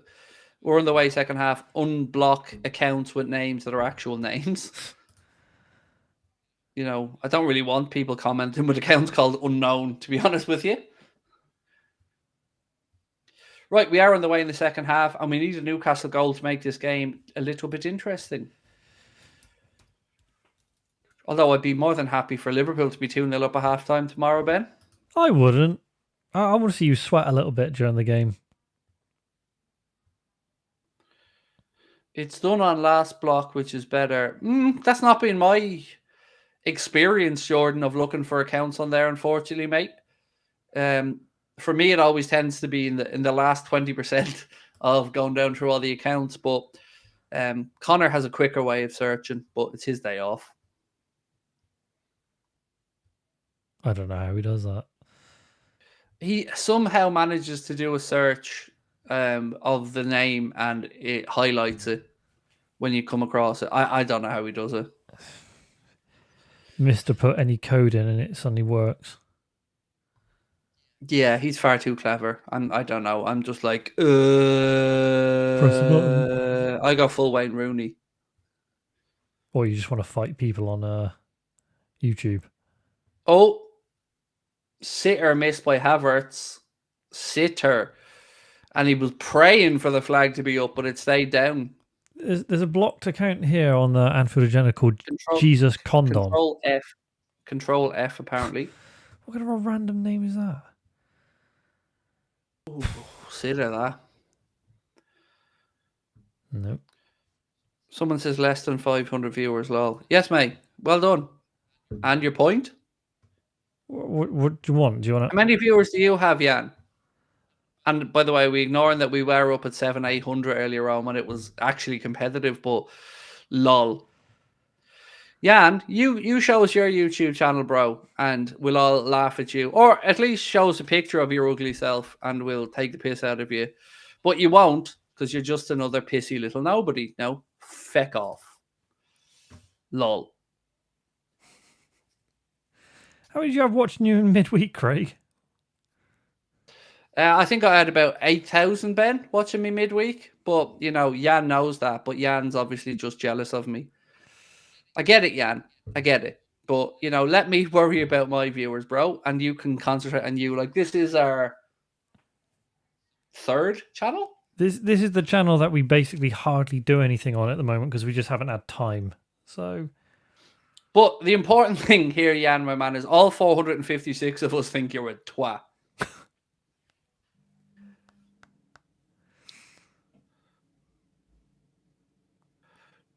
People just think because... You look like that other sexy lad from Anfield Agenda. He's a fraud. Don't even get me started on that lad, David. Fraud. Little Dara O'Brien looking freak. You should totally meet up with Dara O'Brien one day. I felt like doing it at times, yeah. On the airplane and all. What do you mean I can't have an upgrade? Do you know who I am? I used to host Mock the Week. Do you not look at Megabus? Oh, I forgot about that joke. Why is it people are obsessed by like what people viewing figures? Like if you're trying to batter someone to try and compare to someone and go, well, this person's got more than you. Well, so fucking what? Because that's all they exist for. Is to go online to try and undermine other people because they have nothing positive going on in their own life. Like, I don't like, mate. If I have 100 people watching me, I'll be grateful to those 100 people. I don't. It's weird. Like, I don't get it. Well, there are some people who are literally like, you know, they will literally watch everyone else's results and be like, oh, we've got to be better than them. We've got to have more viewers than them. It's just like, yeah, okay, if you're that obsessed about it, like, fine, but it's not a measuring stick for success. It's a Saturday night. It's a game that's pretty much been decided. It's on a channel that we've only started a few months ago. And as I said, we're always grateful for whatever amount of people are here with us for these shows. Yeah, but these people just like to crap on other people. Or sometimes you get people who were sent to say stuff like that to try and get under your skin as well. Never forget that. So again, I just don't understand the mindset of it. It's like, ha ha ha, you've only got X amount watching you. But where's the context to it? Like, versus what? Versus you on your keyboard at home. I think Adam had it like as well. People were like, "Well, Adam, it's weird. I don't get it. You've only got never 200 understood people. the mindset. No, neither have I. It's why people go, "Well, Adam, you left that big channel and you've only got 200 people watching you." Yeah, but he made the decision to go out on his own and do his own thing and make his own path. Like, he knows that. So why are you hating on someone for actually making a decision which they needed to do for their own well-being? Honestly. Luke, thank you for your super chat, sir. Say, Craig and Ben, keep doing what you're doing. Enough love. Thank you very much. Appreciate that. Jumpman45 says, Ben, how are you feeling about winter testing? If we're talking about Formula One, have you got the clap again? Nah, this is again. You can't get rid of it. So once you get it, what? No, once you've got it, you've got it for life, Craig. You haven't checked, have you? Is that not herpes? Or is that the same thing, actually? I think they're all the same thing. So, why is Adam not with Total? Oh, yeah. Okay, so T's just explaining why he's not. Because Adam needed to do his own thing. So, he was sick of just having 500 people in the chat. He was embarrassed. He said, I can't take the abuse anymore from Jan. I'm off. I need 20,000 people watching me. Otherwise, my life is meaningless. Did you watch the rugby earlier? Watch the second half. Yeah, watch the second half, mate. It was, 17-7, I think, at one point, and then Ireland pulled away in the end and got the bonus point. But 3 out of 3 done, and 2 more to go. Did you see the idea, Ben, that, oh, is that a penalty? To who? No. The idea of what? There was talk of the RFU looking to buy into Wembley at one point. No, it's a free out. Sorry, I thought it was a penalty, but it was a free out. It was defending. Yeah, and they look to be considering doing up Twickenham. Yeah, but I think that was last year they were talking about that. Sort of the middle of last year. Do you know what? I know very, very little about Twickenham. I don't even know what part of London it's in, or I know very little about it. Isn't it still like an 80,000 seater stadium? It's massive, but everyone forgets about it. Again, I truly don't know.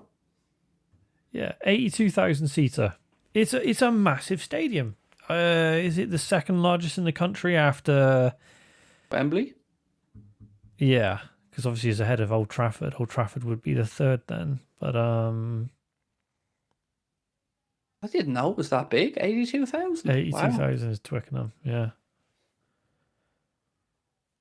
But everyone forgets. Everyone's always like, oh, it's always Wembley. Well, Twickenham's a massive stadium in its own right. I think at one point, when they were building Wembley, I'm pretty sure Twickenham was the largest stadium in the country. What manager would I like at Liverpool? In descending order from best to least. Alonso, Amorim, probably Nagelsmann.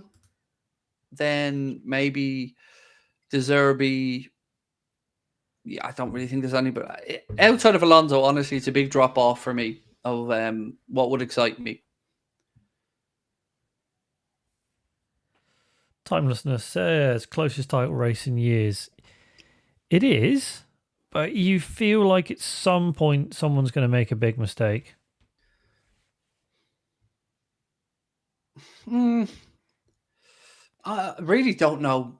I think if you look at the fixtures City have, they have a run of 4 or 5 games that are, on paper at least, incredibly tough.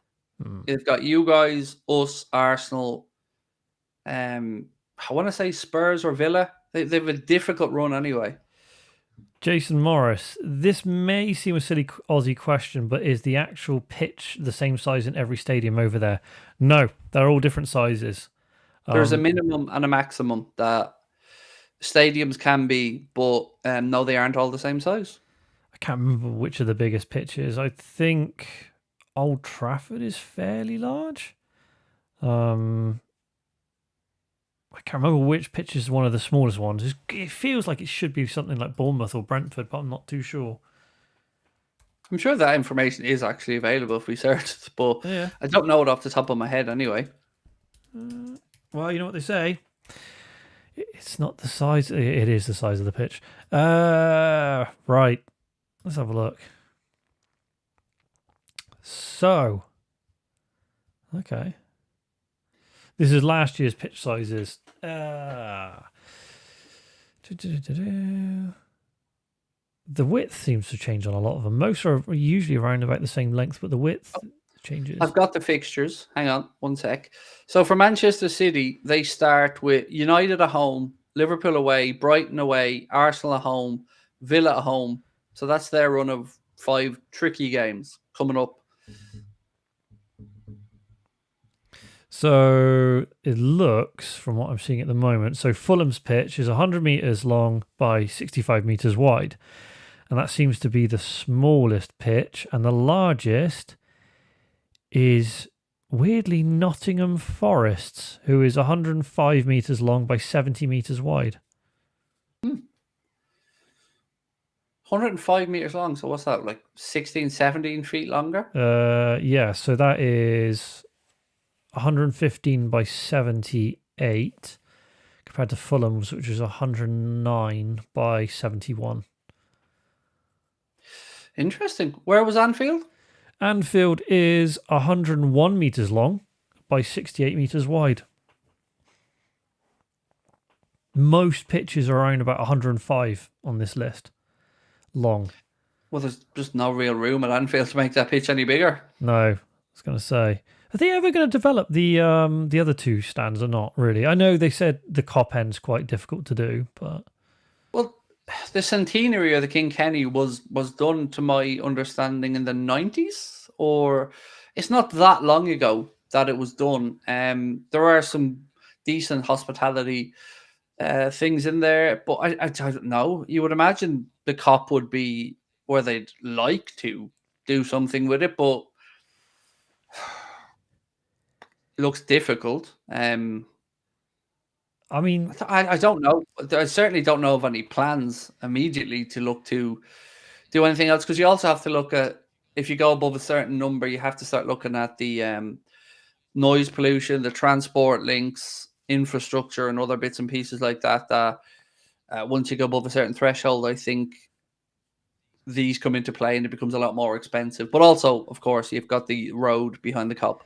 it's just obviously you developed. You call it is it the Any Road End or Annie.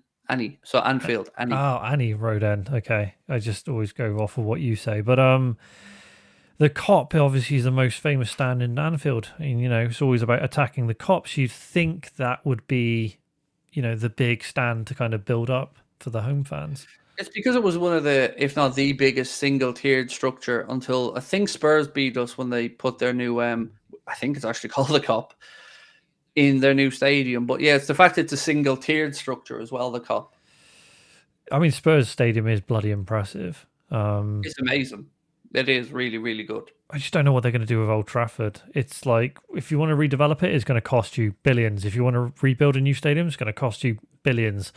So I don't know the way they're going to go with it. Arion, Ben, who have you got for the league? As in, who do I think is going to win the league? It's 1998, Gary said it was redeveloped. Thank you. I knew it was 90s. Right. I just couldn't remember when. Well, I mean, I'll come back to your question in a bit, Arion. I think with Manchester United, a lot of it was redeveloped for Euro 96, if I'm not mistaken. So I think the Sir Alex Ferguson stand was expanded for that particular tournament. And then they just continued with the Stretford End and the West stand and then filled in the corners after. So, has anybody in the chat been to the Emirates? I've never really heard reviews of that stadium for a match-going experience. The one thing I would say about the Emirates, when was it opened? 2004, I want to say?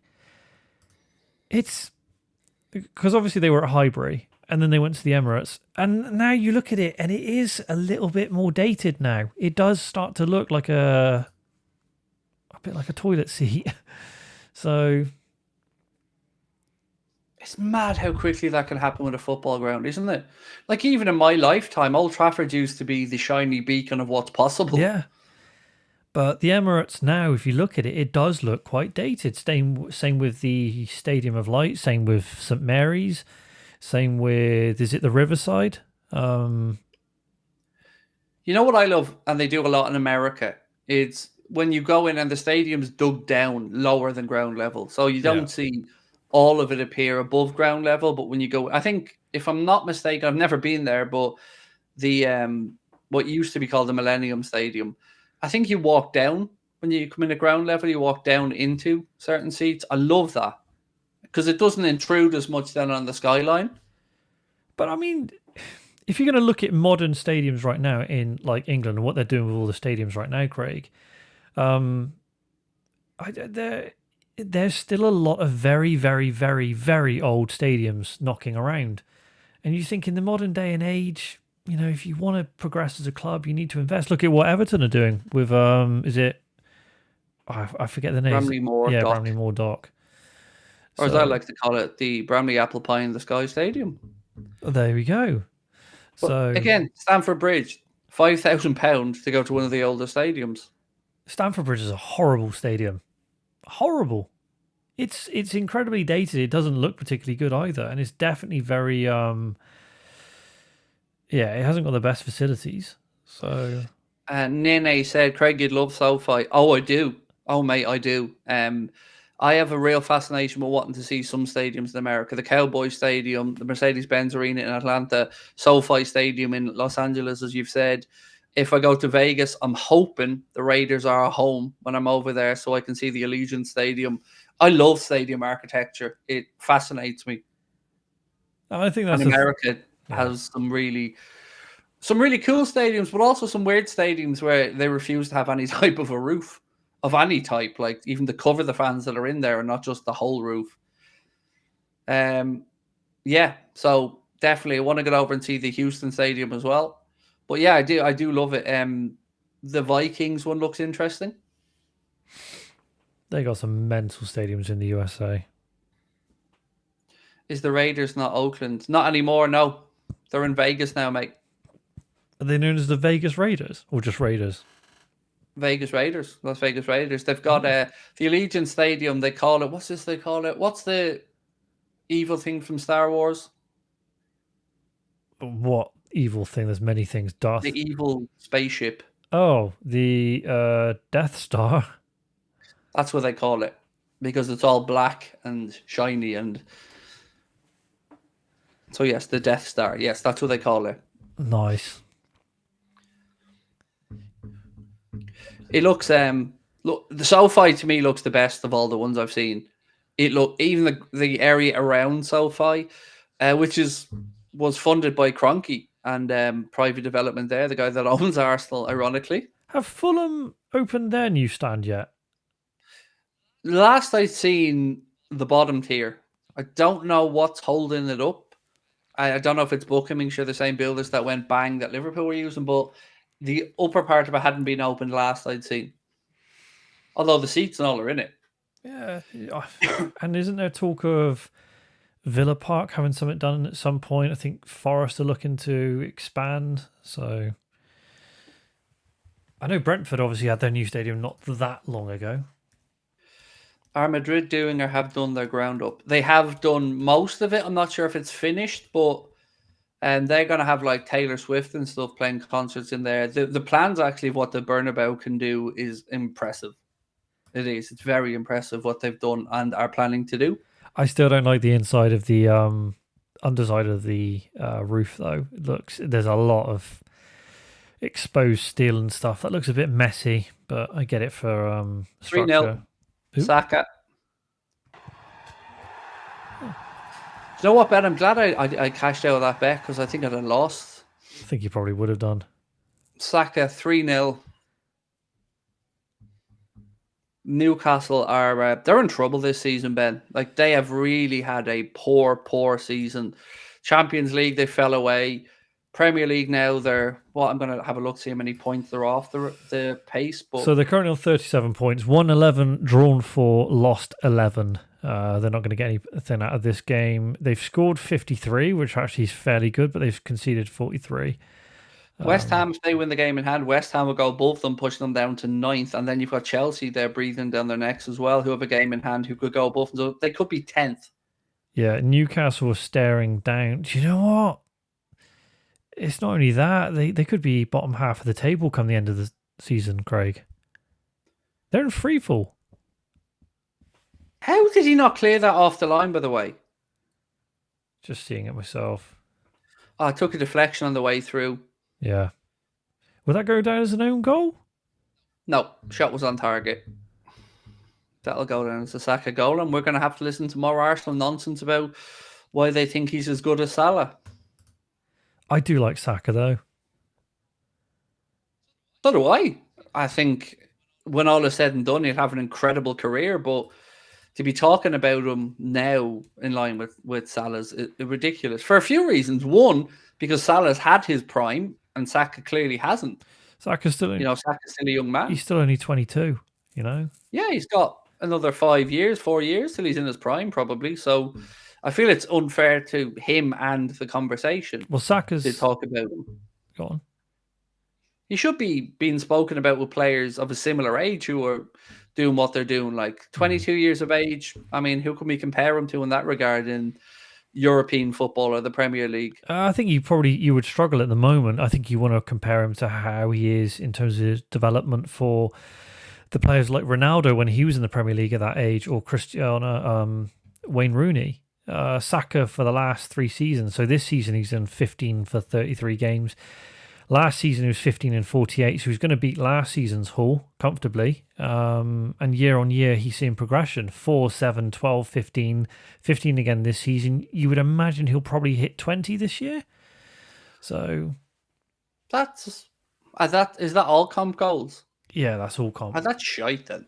15 and 33 for a winger at the age of 22. To be counted at as the level of Salah's and stuff, you want to be minimum having 3, 4, 5 years in a row there, 25 to 40 plus goals. Yeah, but when I think they were comparing the speed of what he's been scoring at that age compared to the likes of Ronaldo. He's better than Salah was at that age. I feel comfortable to say that. Yeah, but he's nowhere near Ronaldo at 22, because I'm pretty sure the season Ronaldo was 22 years old, he scored 42 in the season. So people are saying Foden. Honestly, I'd rather have Foden. If I had an option for one of those two, I'd rather have Foden. I think he's a better all-round footballer. Which was bizarre, the way that Guardiola just kept leaving him out of the team for so long and just using him off the bench. I mean, he learned off a master though in David Silva. He did. But and when Guardiola did give him the nod, it felt like he was ready for it. He does, but at the same time, Guardiola takes way too long, it feels, because Foden's 23 now? He just takes too long to bring players through. He just keeps them waiting. Like, Phil would clearly be a lot further on in his development had he been under a different coach, probably. It is really annoying for me that 2 of my 3 favourite non-Liverpool players of the Premier League era have played for City. Who are?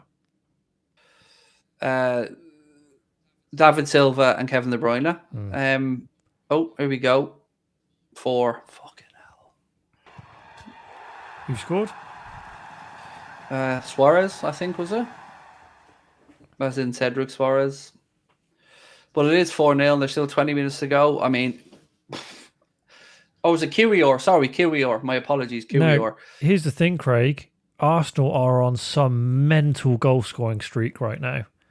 They are. And the goal difference is certainly in doing themselves no harm. What is it, 5-5, 5-4, something like that? Their goal scored? So in the last... Arsenal's last couple of games, 4-0 here.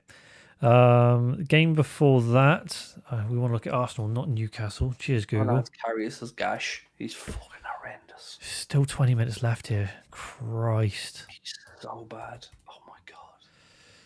It was literally in his hands and he moved the hand so it bounced up over his head. Oh my Jesus. That's some great goalkeeping there. 4-0 here. Then obviously we're going to forget Porto. We're going to look at the other games in the Premier League. 5-0 against Burnley. 6-0 against West Ham. 3-1 against Liverpool. 2-1 against Nottingham Forest. 5-0 against Crystal Palace. 4-0 here so far with 20 to go. How many goals is that in the last 1, 2, 3, 4, 5, 6 Premier League games? 5, 7, 10, 16, 21, 25 goals in 6 games.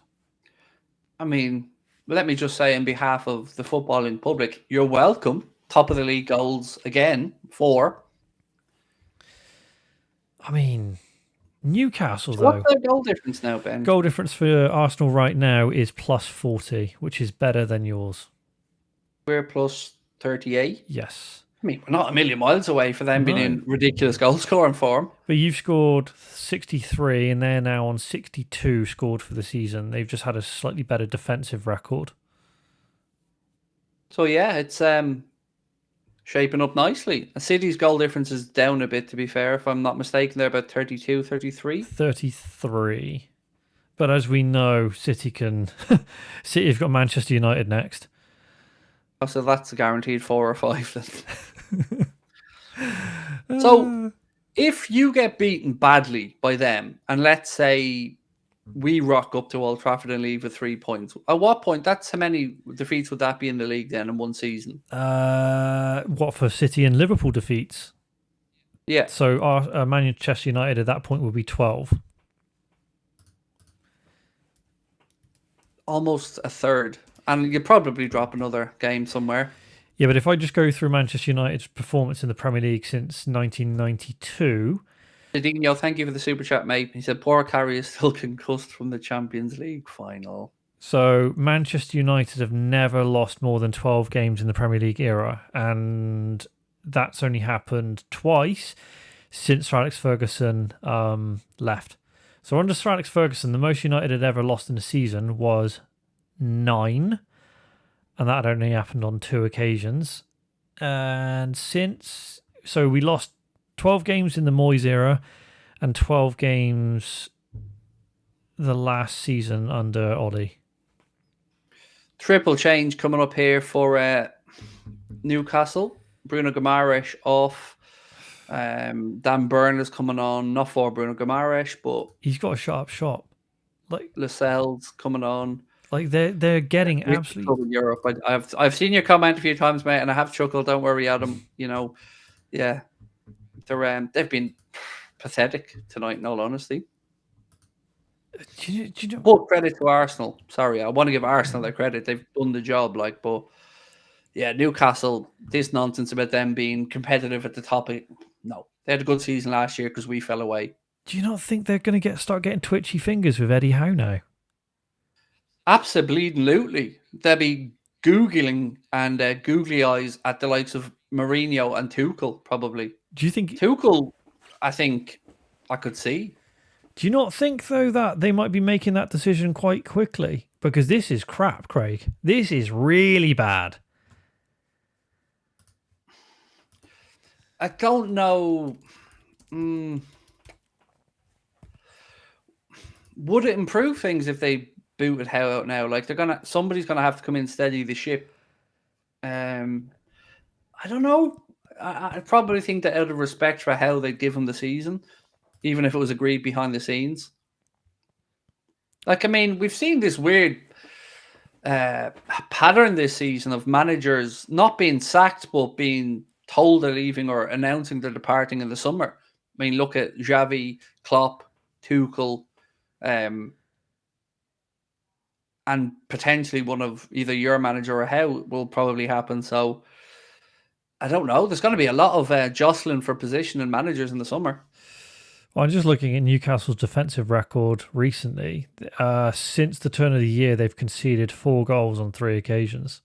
4-2 against Liverpool, 4-4 with Luton, and they've conceded 4 here today.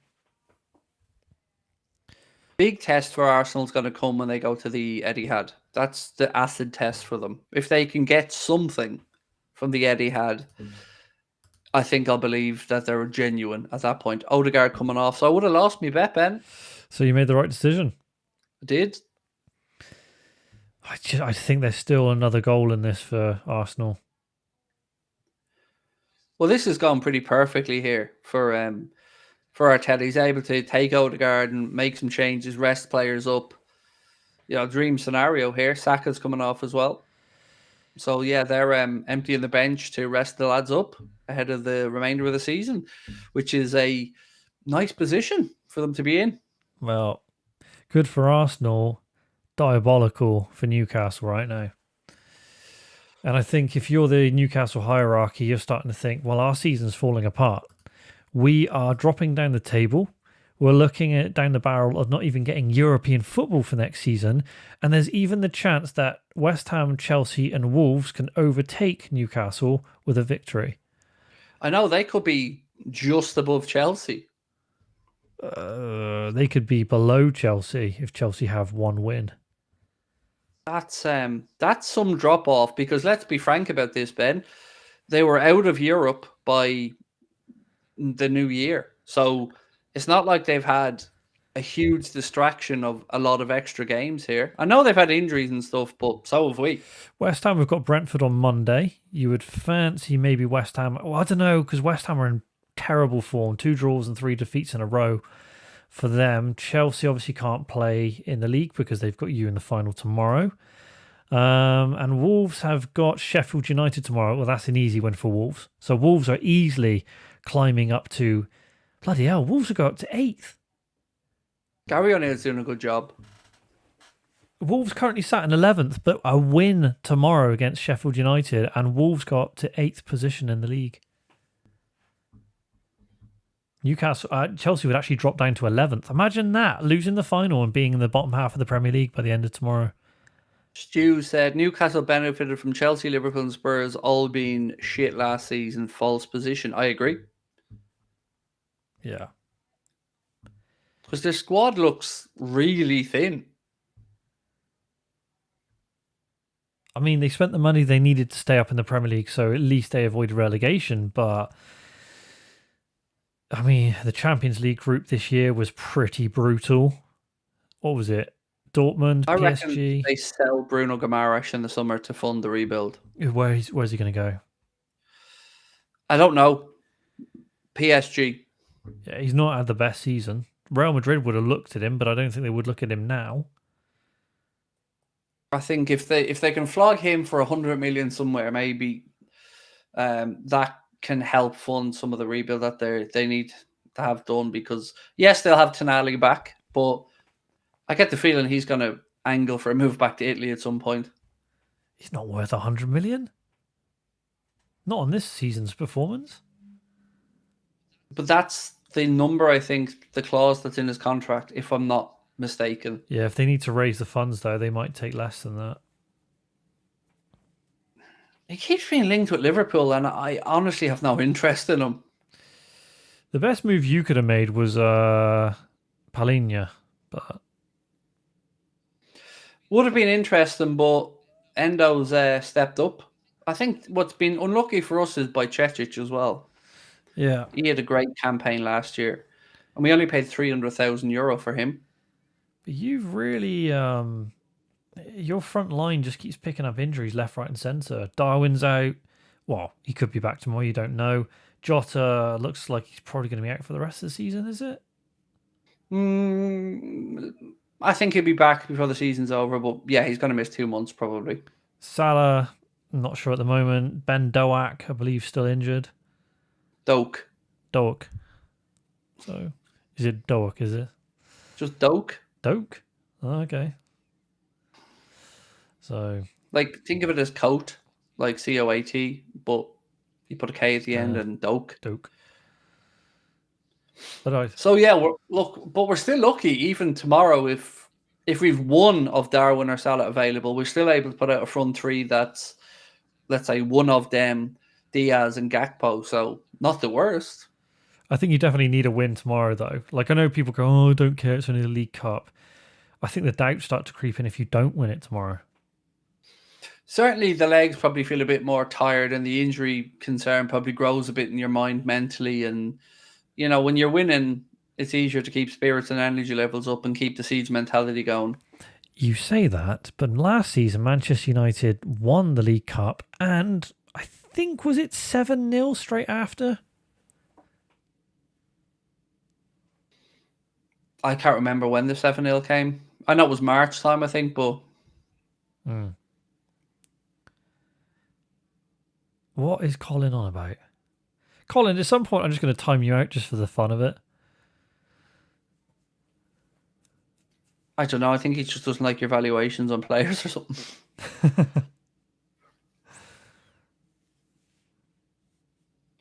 This has been a whole lot of non-competitive game, Ben. Yeah. I think we thought this might be the banana skin. Well, I thought it would be, but absolutely not. But you know what? Let's give Arsenal credit. They've at this stage of the season, you see Man City just about stumbling over some wins. Arsenal are just swatting teams away at this point, and you got to give them their credit. Who have they got next in the league? Oh, you're going to make me go back through that list again, No, aren't you? I'll do it. Oh, Sheffield United. No, it's not Sheffield United, is it? Yeah, Sheffield United. Oh, that could be horrible for Sheffield. Yeah, could we have our first 10-0?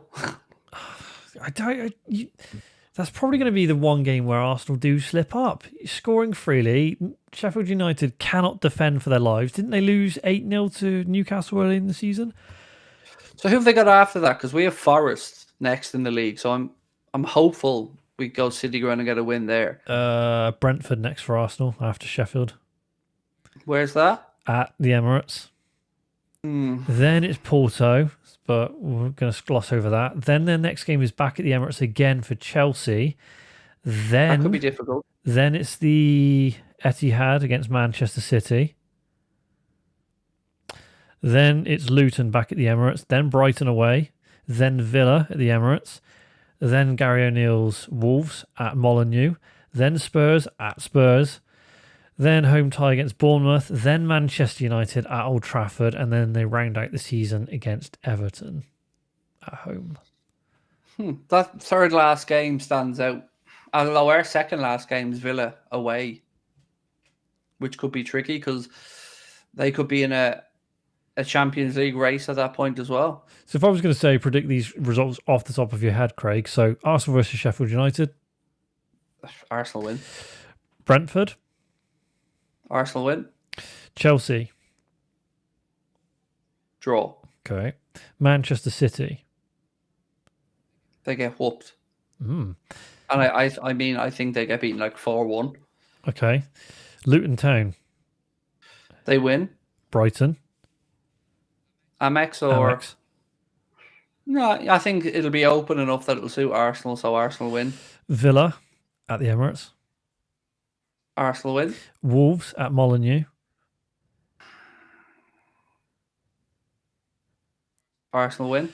Spurs at Spurs. Could be at that. Really don't know. Arsenal could steamroller them, or Spurs could play like prime Brazil. That honestly, I'll have to sit in the fence on that one. Go for a decision. I'm going to back Arsenal if they need the result to get it. So give them a win. Bournemouth at the Emirates. Oh, they beat them there. Manchester United at Old Trafford. Last game of the season. Nope. If there's a tight race to be had and we're in it, you're going to roll over, lube up, and bend over the table for them. So you're going Arsenal win. And then Everton, the last game of the season. Oh, we've got to go back. Hurrah. 4-1. Comebacks on, Ben. We've seen it before. And then Everton. It depends. Everton, if it's relegation on the line, where is that? Relegation's still very much on the line, although I think Everton won today. No, they drew. Okay. They drew 1-1. Is that at the Emirates or? That is at the Emirates, yeah. Oh, then Arsenal win. So you're basically saying until the end of the season, Arsenal only dropped 5 points. Yeah, I feel comfortable with that. Okay. All right. So Man That City's means they've got what 7 to make up on us in total. If I'm basing it, them they're 2 behind us, or they 1 and City are 2. Yeah. They're 2 behind us. Bloody hell! This microphone cannot stand on its stand. Well, stop trying to stick it in your arse. I can't help it. I have to. Definitely need a better mic stand. What was I looking for? Willock, by the way, with the goal for. So they are 2 points behind us. So yeah, that would leave them with 7 to make up on us. Now, do I see Liverpool dropping 7 points? No, I don't. Willock, he's ex-Arsenal as well, isn't it? So it's technically 5-0. So I can see worst case scenario a draw with City at Anfield, and I think Villa away could be tricky, but I don't know. I don't. I think we'll do it. I think we'll get over that. I think it'll be us and City, if I'm being really honest. But if Arsenal can win at the Etihad, as doubtful as I am, I'll give them their full credit. They are right there. I'd love it to be us and Arsenal going head to head, and City to fall away a bit. But I mean, when you're looking at the fixtures for Manchester City, so who we got? Orion said Old Trafford away. Look, United are shite. We should beat them easily. And we should have done it at home. Didn't deserve anything other than a draw from the game at home. But I feel like we'll put that right when we go to Old Trafford. Yeah, I can't see us not getting a result we need. All right, Craig. So Manchester City's fixtures: Bournemouth at Bournemouth. I'm going to say they win that 1-0. Okay. Considering they won that 1-0 today. Of course it is. So outdated. Yeah, that's a good one. Nah. Manchester United next. Sorry, I was looking at the wrong line. Man United is going to be. It's going to be a whooping, isn't it? Well, it's interesting because you lost at home with a Fulham, so Ten Hag's going to want to bounce back, and the fans are going to want a reaction. So, and look, City aren't being amazing. I don't know. You think City to win it, but I mean, a draw is not impossible. Yeah, but imagine if we did you a favour. Like, imagine United just randomly turn up because that's what sometimes United do and just happen to get the victory over Manchester City. I mean, you'd love that. Cheers for number 20. I can see the T-shirts no, now. It's just, honestly, imagine that in the title race, Man United doing you a favour. You'd be doing football a favour, though, to be fair. Oh, yeah, but we wouldn't be doing ourselves a favour. I mean, handing you number 20. I'm just glad it's happening now where you still have some ambitions. Well, I'm not going to be around that day, so I don't even want to know. So I'll be halfway up a hill in Wales somewhere. So I don't want to think about it. And I'll just suddenly start getting pings of text going, it's 1-0 to Manchester City, Ben. How long has it been? 30 seconds. It's 2-0 to Manchester City, Ben. How long has it been? 5 minutes. So, and then City have got Liverpool. The best they're getting is a draw. So they've beaten us once in the Premier League under Guardiola at Anfield, and that was in the COVID times. So these next run of fixtures, the next 5 games, is going to determine whether Manchester City are champions or not. Man United, Liverpool, Brighton away, Arsenal at home, Villa at home. If Man City are top after the Villa game, they win the league. Yep. Because their final games are an absolute doddle. Palace, Luton, Spurs. Although Spurs ground, City don't have a great record there. Although they did get the monkey off their back this season with a win at the Tottenham Hotspur Stadium. Then Forest, Wolves, Fulham, and West Ham. These next 5 games will make it for City. Jorginho's been given man of the match, by the way. Okay. Yeah, you're right, Craig. If City are top of the league after Villa, that's it. They're winning it. I would say yes. I think that's a fair assessment. I would also say if we're top of the league at that point, we win it. I don't know, because you've still got Villa to play. One game, your penultimate game of the season. If it's all on the line away at Villa Park and Klopp's last season I think we pull that out. And you've still got Old Trafford, Man United. I mean, you say that like that's intimidating. I just don't know what Man United are going to turn up at any game this season. Knowing us, it'll be the one that rolls over for City and plays. Onana has the game of his life when we show up. Yeah, basically turns into prime Schmeichel. And you win at 1-0 with a Maguire header in the 94th minute. But at the moment, it's not looking that way. And Arsenal's run-in is... It's not... I don't know. Arsenal's games are a bit more spread out, as in they're tricky ones. Man City have that horrible run in a row there, with some European action probably sandwiched in between as well. Yeah, they do. I mean, this next 5 games for Man City is basically where they will win or lose the season. United, they should spank, but you just never know in the Manchester derby. As we've seen before, United can beat City random occasions. You guys, at Anfield, you would fancy actually Liverpool to do the job, but you just don't know. Brighton at the Amex. I mean, Brighton have been a bit weird this season. Started off really well and then sort of fallen away. Then Arsenal at the Etihad. See, if we have our players back then, I think we're too strong. I think our options off the bench and all are too strong. Yeah. It's just whether, even if they are not top of the league, then you'll run in, whether you hold your nerve. Because you got Wolves last game of the season. You want to win league titles, you got to hold your nerve. Yeah. No, Samuel, I've not seen any word on anything. I know Troy's trying to say Mo and Darwin weren't in training. Well, they were yesterday, so it'd be weird if they suddenly weren't today. But I don't know. Look, we'll have to wait and see what Klopp names on the team sheet tomorrow. We'll find out at probably about 1:45. So I was just putting there, we hope they have to play Real Madrid twice in there somewhere for City in the Champions League. Yeah, be nice to see. It'd be nice if Madrid knocked them out and then Bellingham crowns the Ballon d'Or there. I don't know.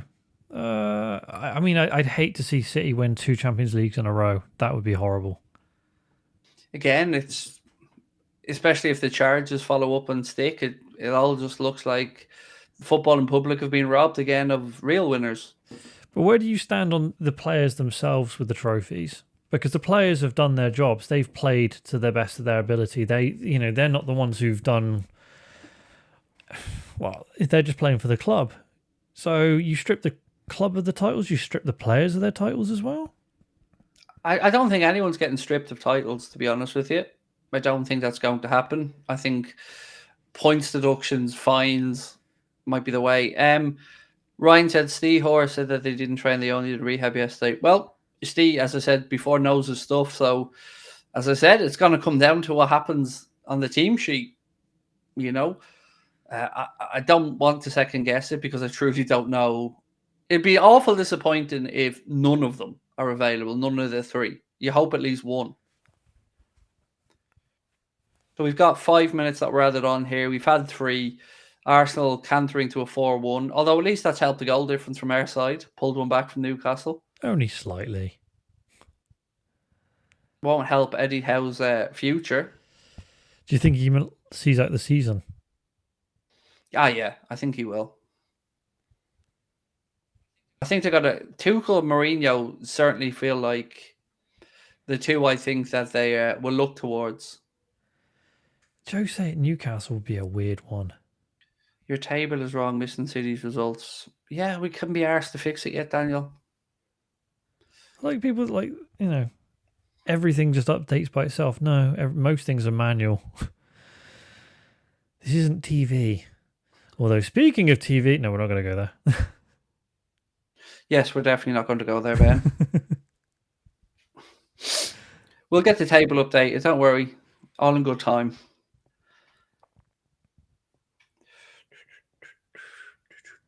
Imagine if Pep Guardiola leaves the same time as Jurgen. I think we were discussing this earlier on, actually, and the poll is there. Let's have a look at it, Ben.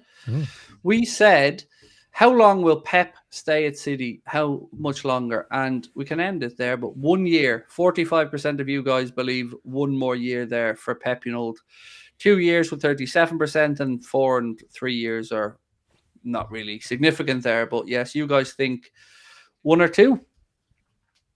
I think you're probably right as well. Imagine they win the league this year and then again next year. 5 in a row would be horrible. Then they get relegated. But would they just be one division, or would it be many divisions? We don't know. Haven't a clue. It's all over. A referee has blown it up. It finishes Arsenal 4, Newcastle 1 at the Emirates. A resounding victory for Mikel Arteta's side as they keep the hunt alive for the Premier League title. And fair play to them. It was a thoroughly deserving victory. Well, that closes things up back at the top of the table. So everyone's within 2 points of each other again. Top 3. Yep, it's going to be a very, very interesting end to the campaign. Look, we're going to go enjoy the rest of our Saturday night. And thank you to you guys for watching. We will see you tomorrow at 2 o'clock for the start of the watch-along for the League Cup final. Liverpool against Chelsea will be over on Anfield Agenda from 2 o'clock. Thank you, Ben. Thank you, you guys. Do hit the like button and subscribe before you head off. And we will catch up with you soon. Thank you to you all. And any final words, Ben? Nope. Other than the fact that we will see you on Anfield Agenda tomorrow for the final. Bye-bye.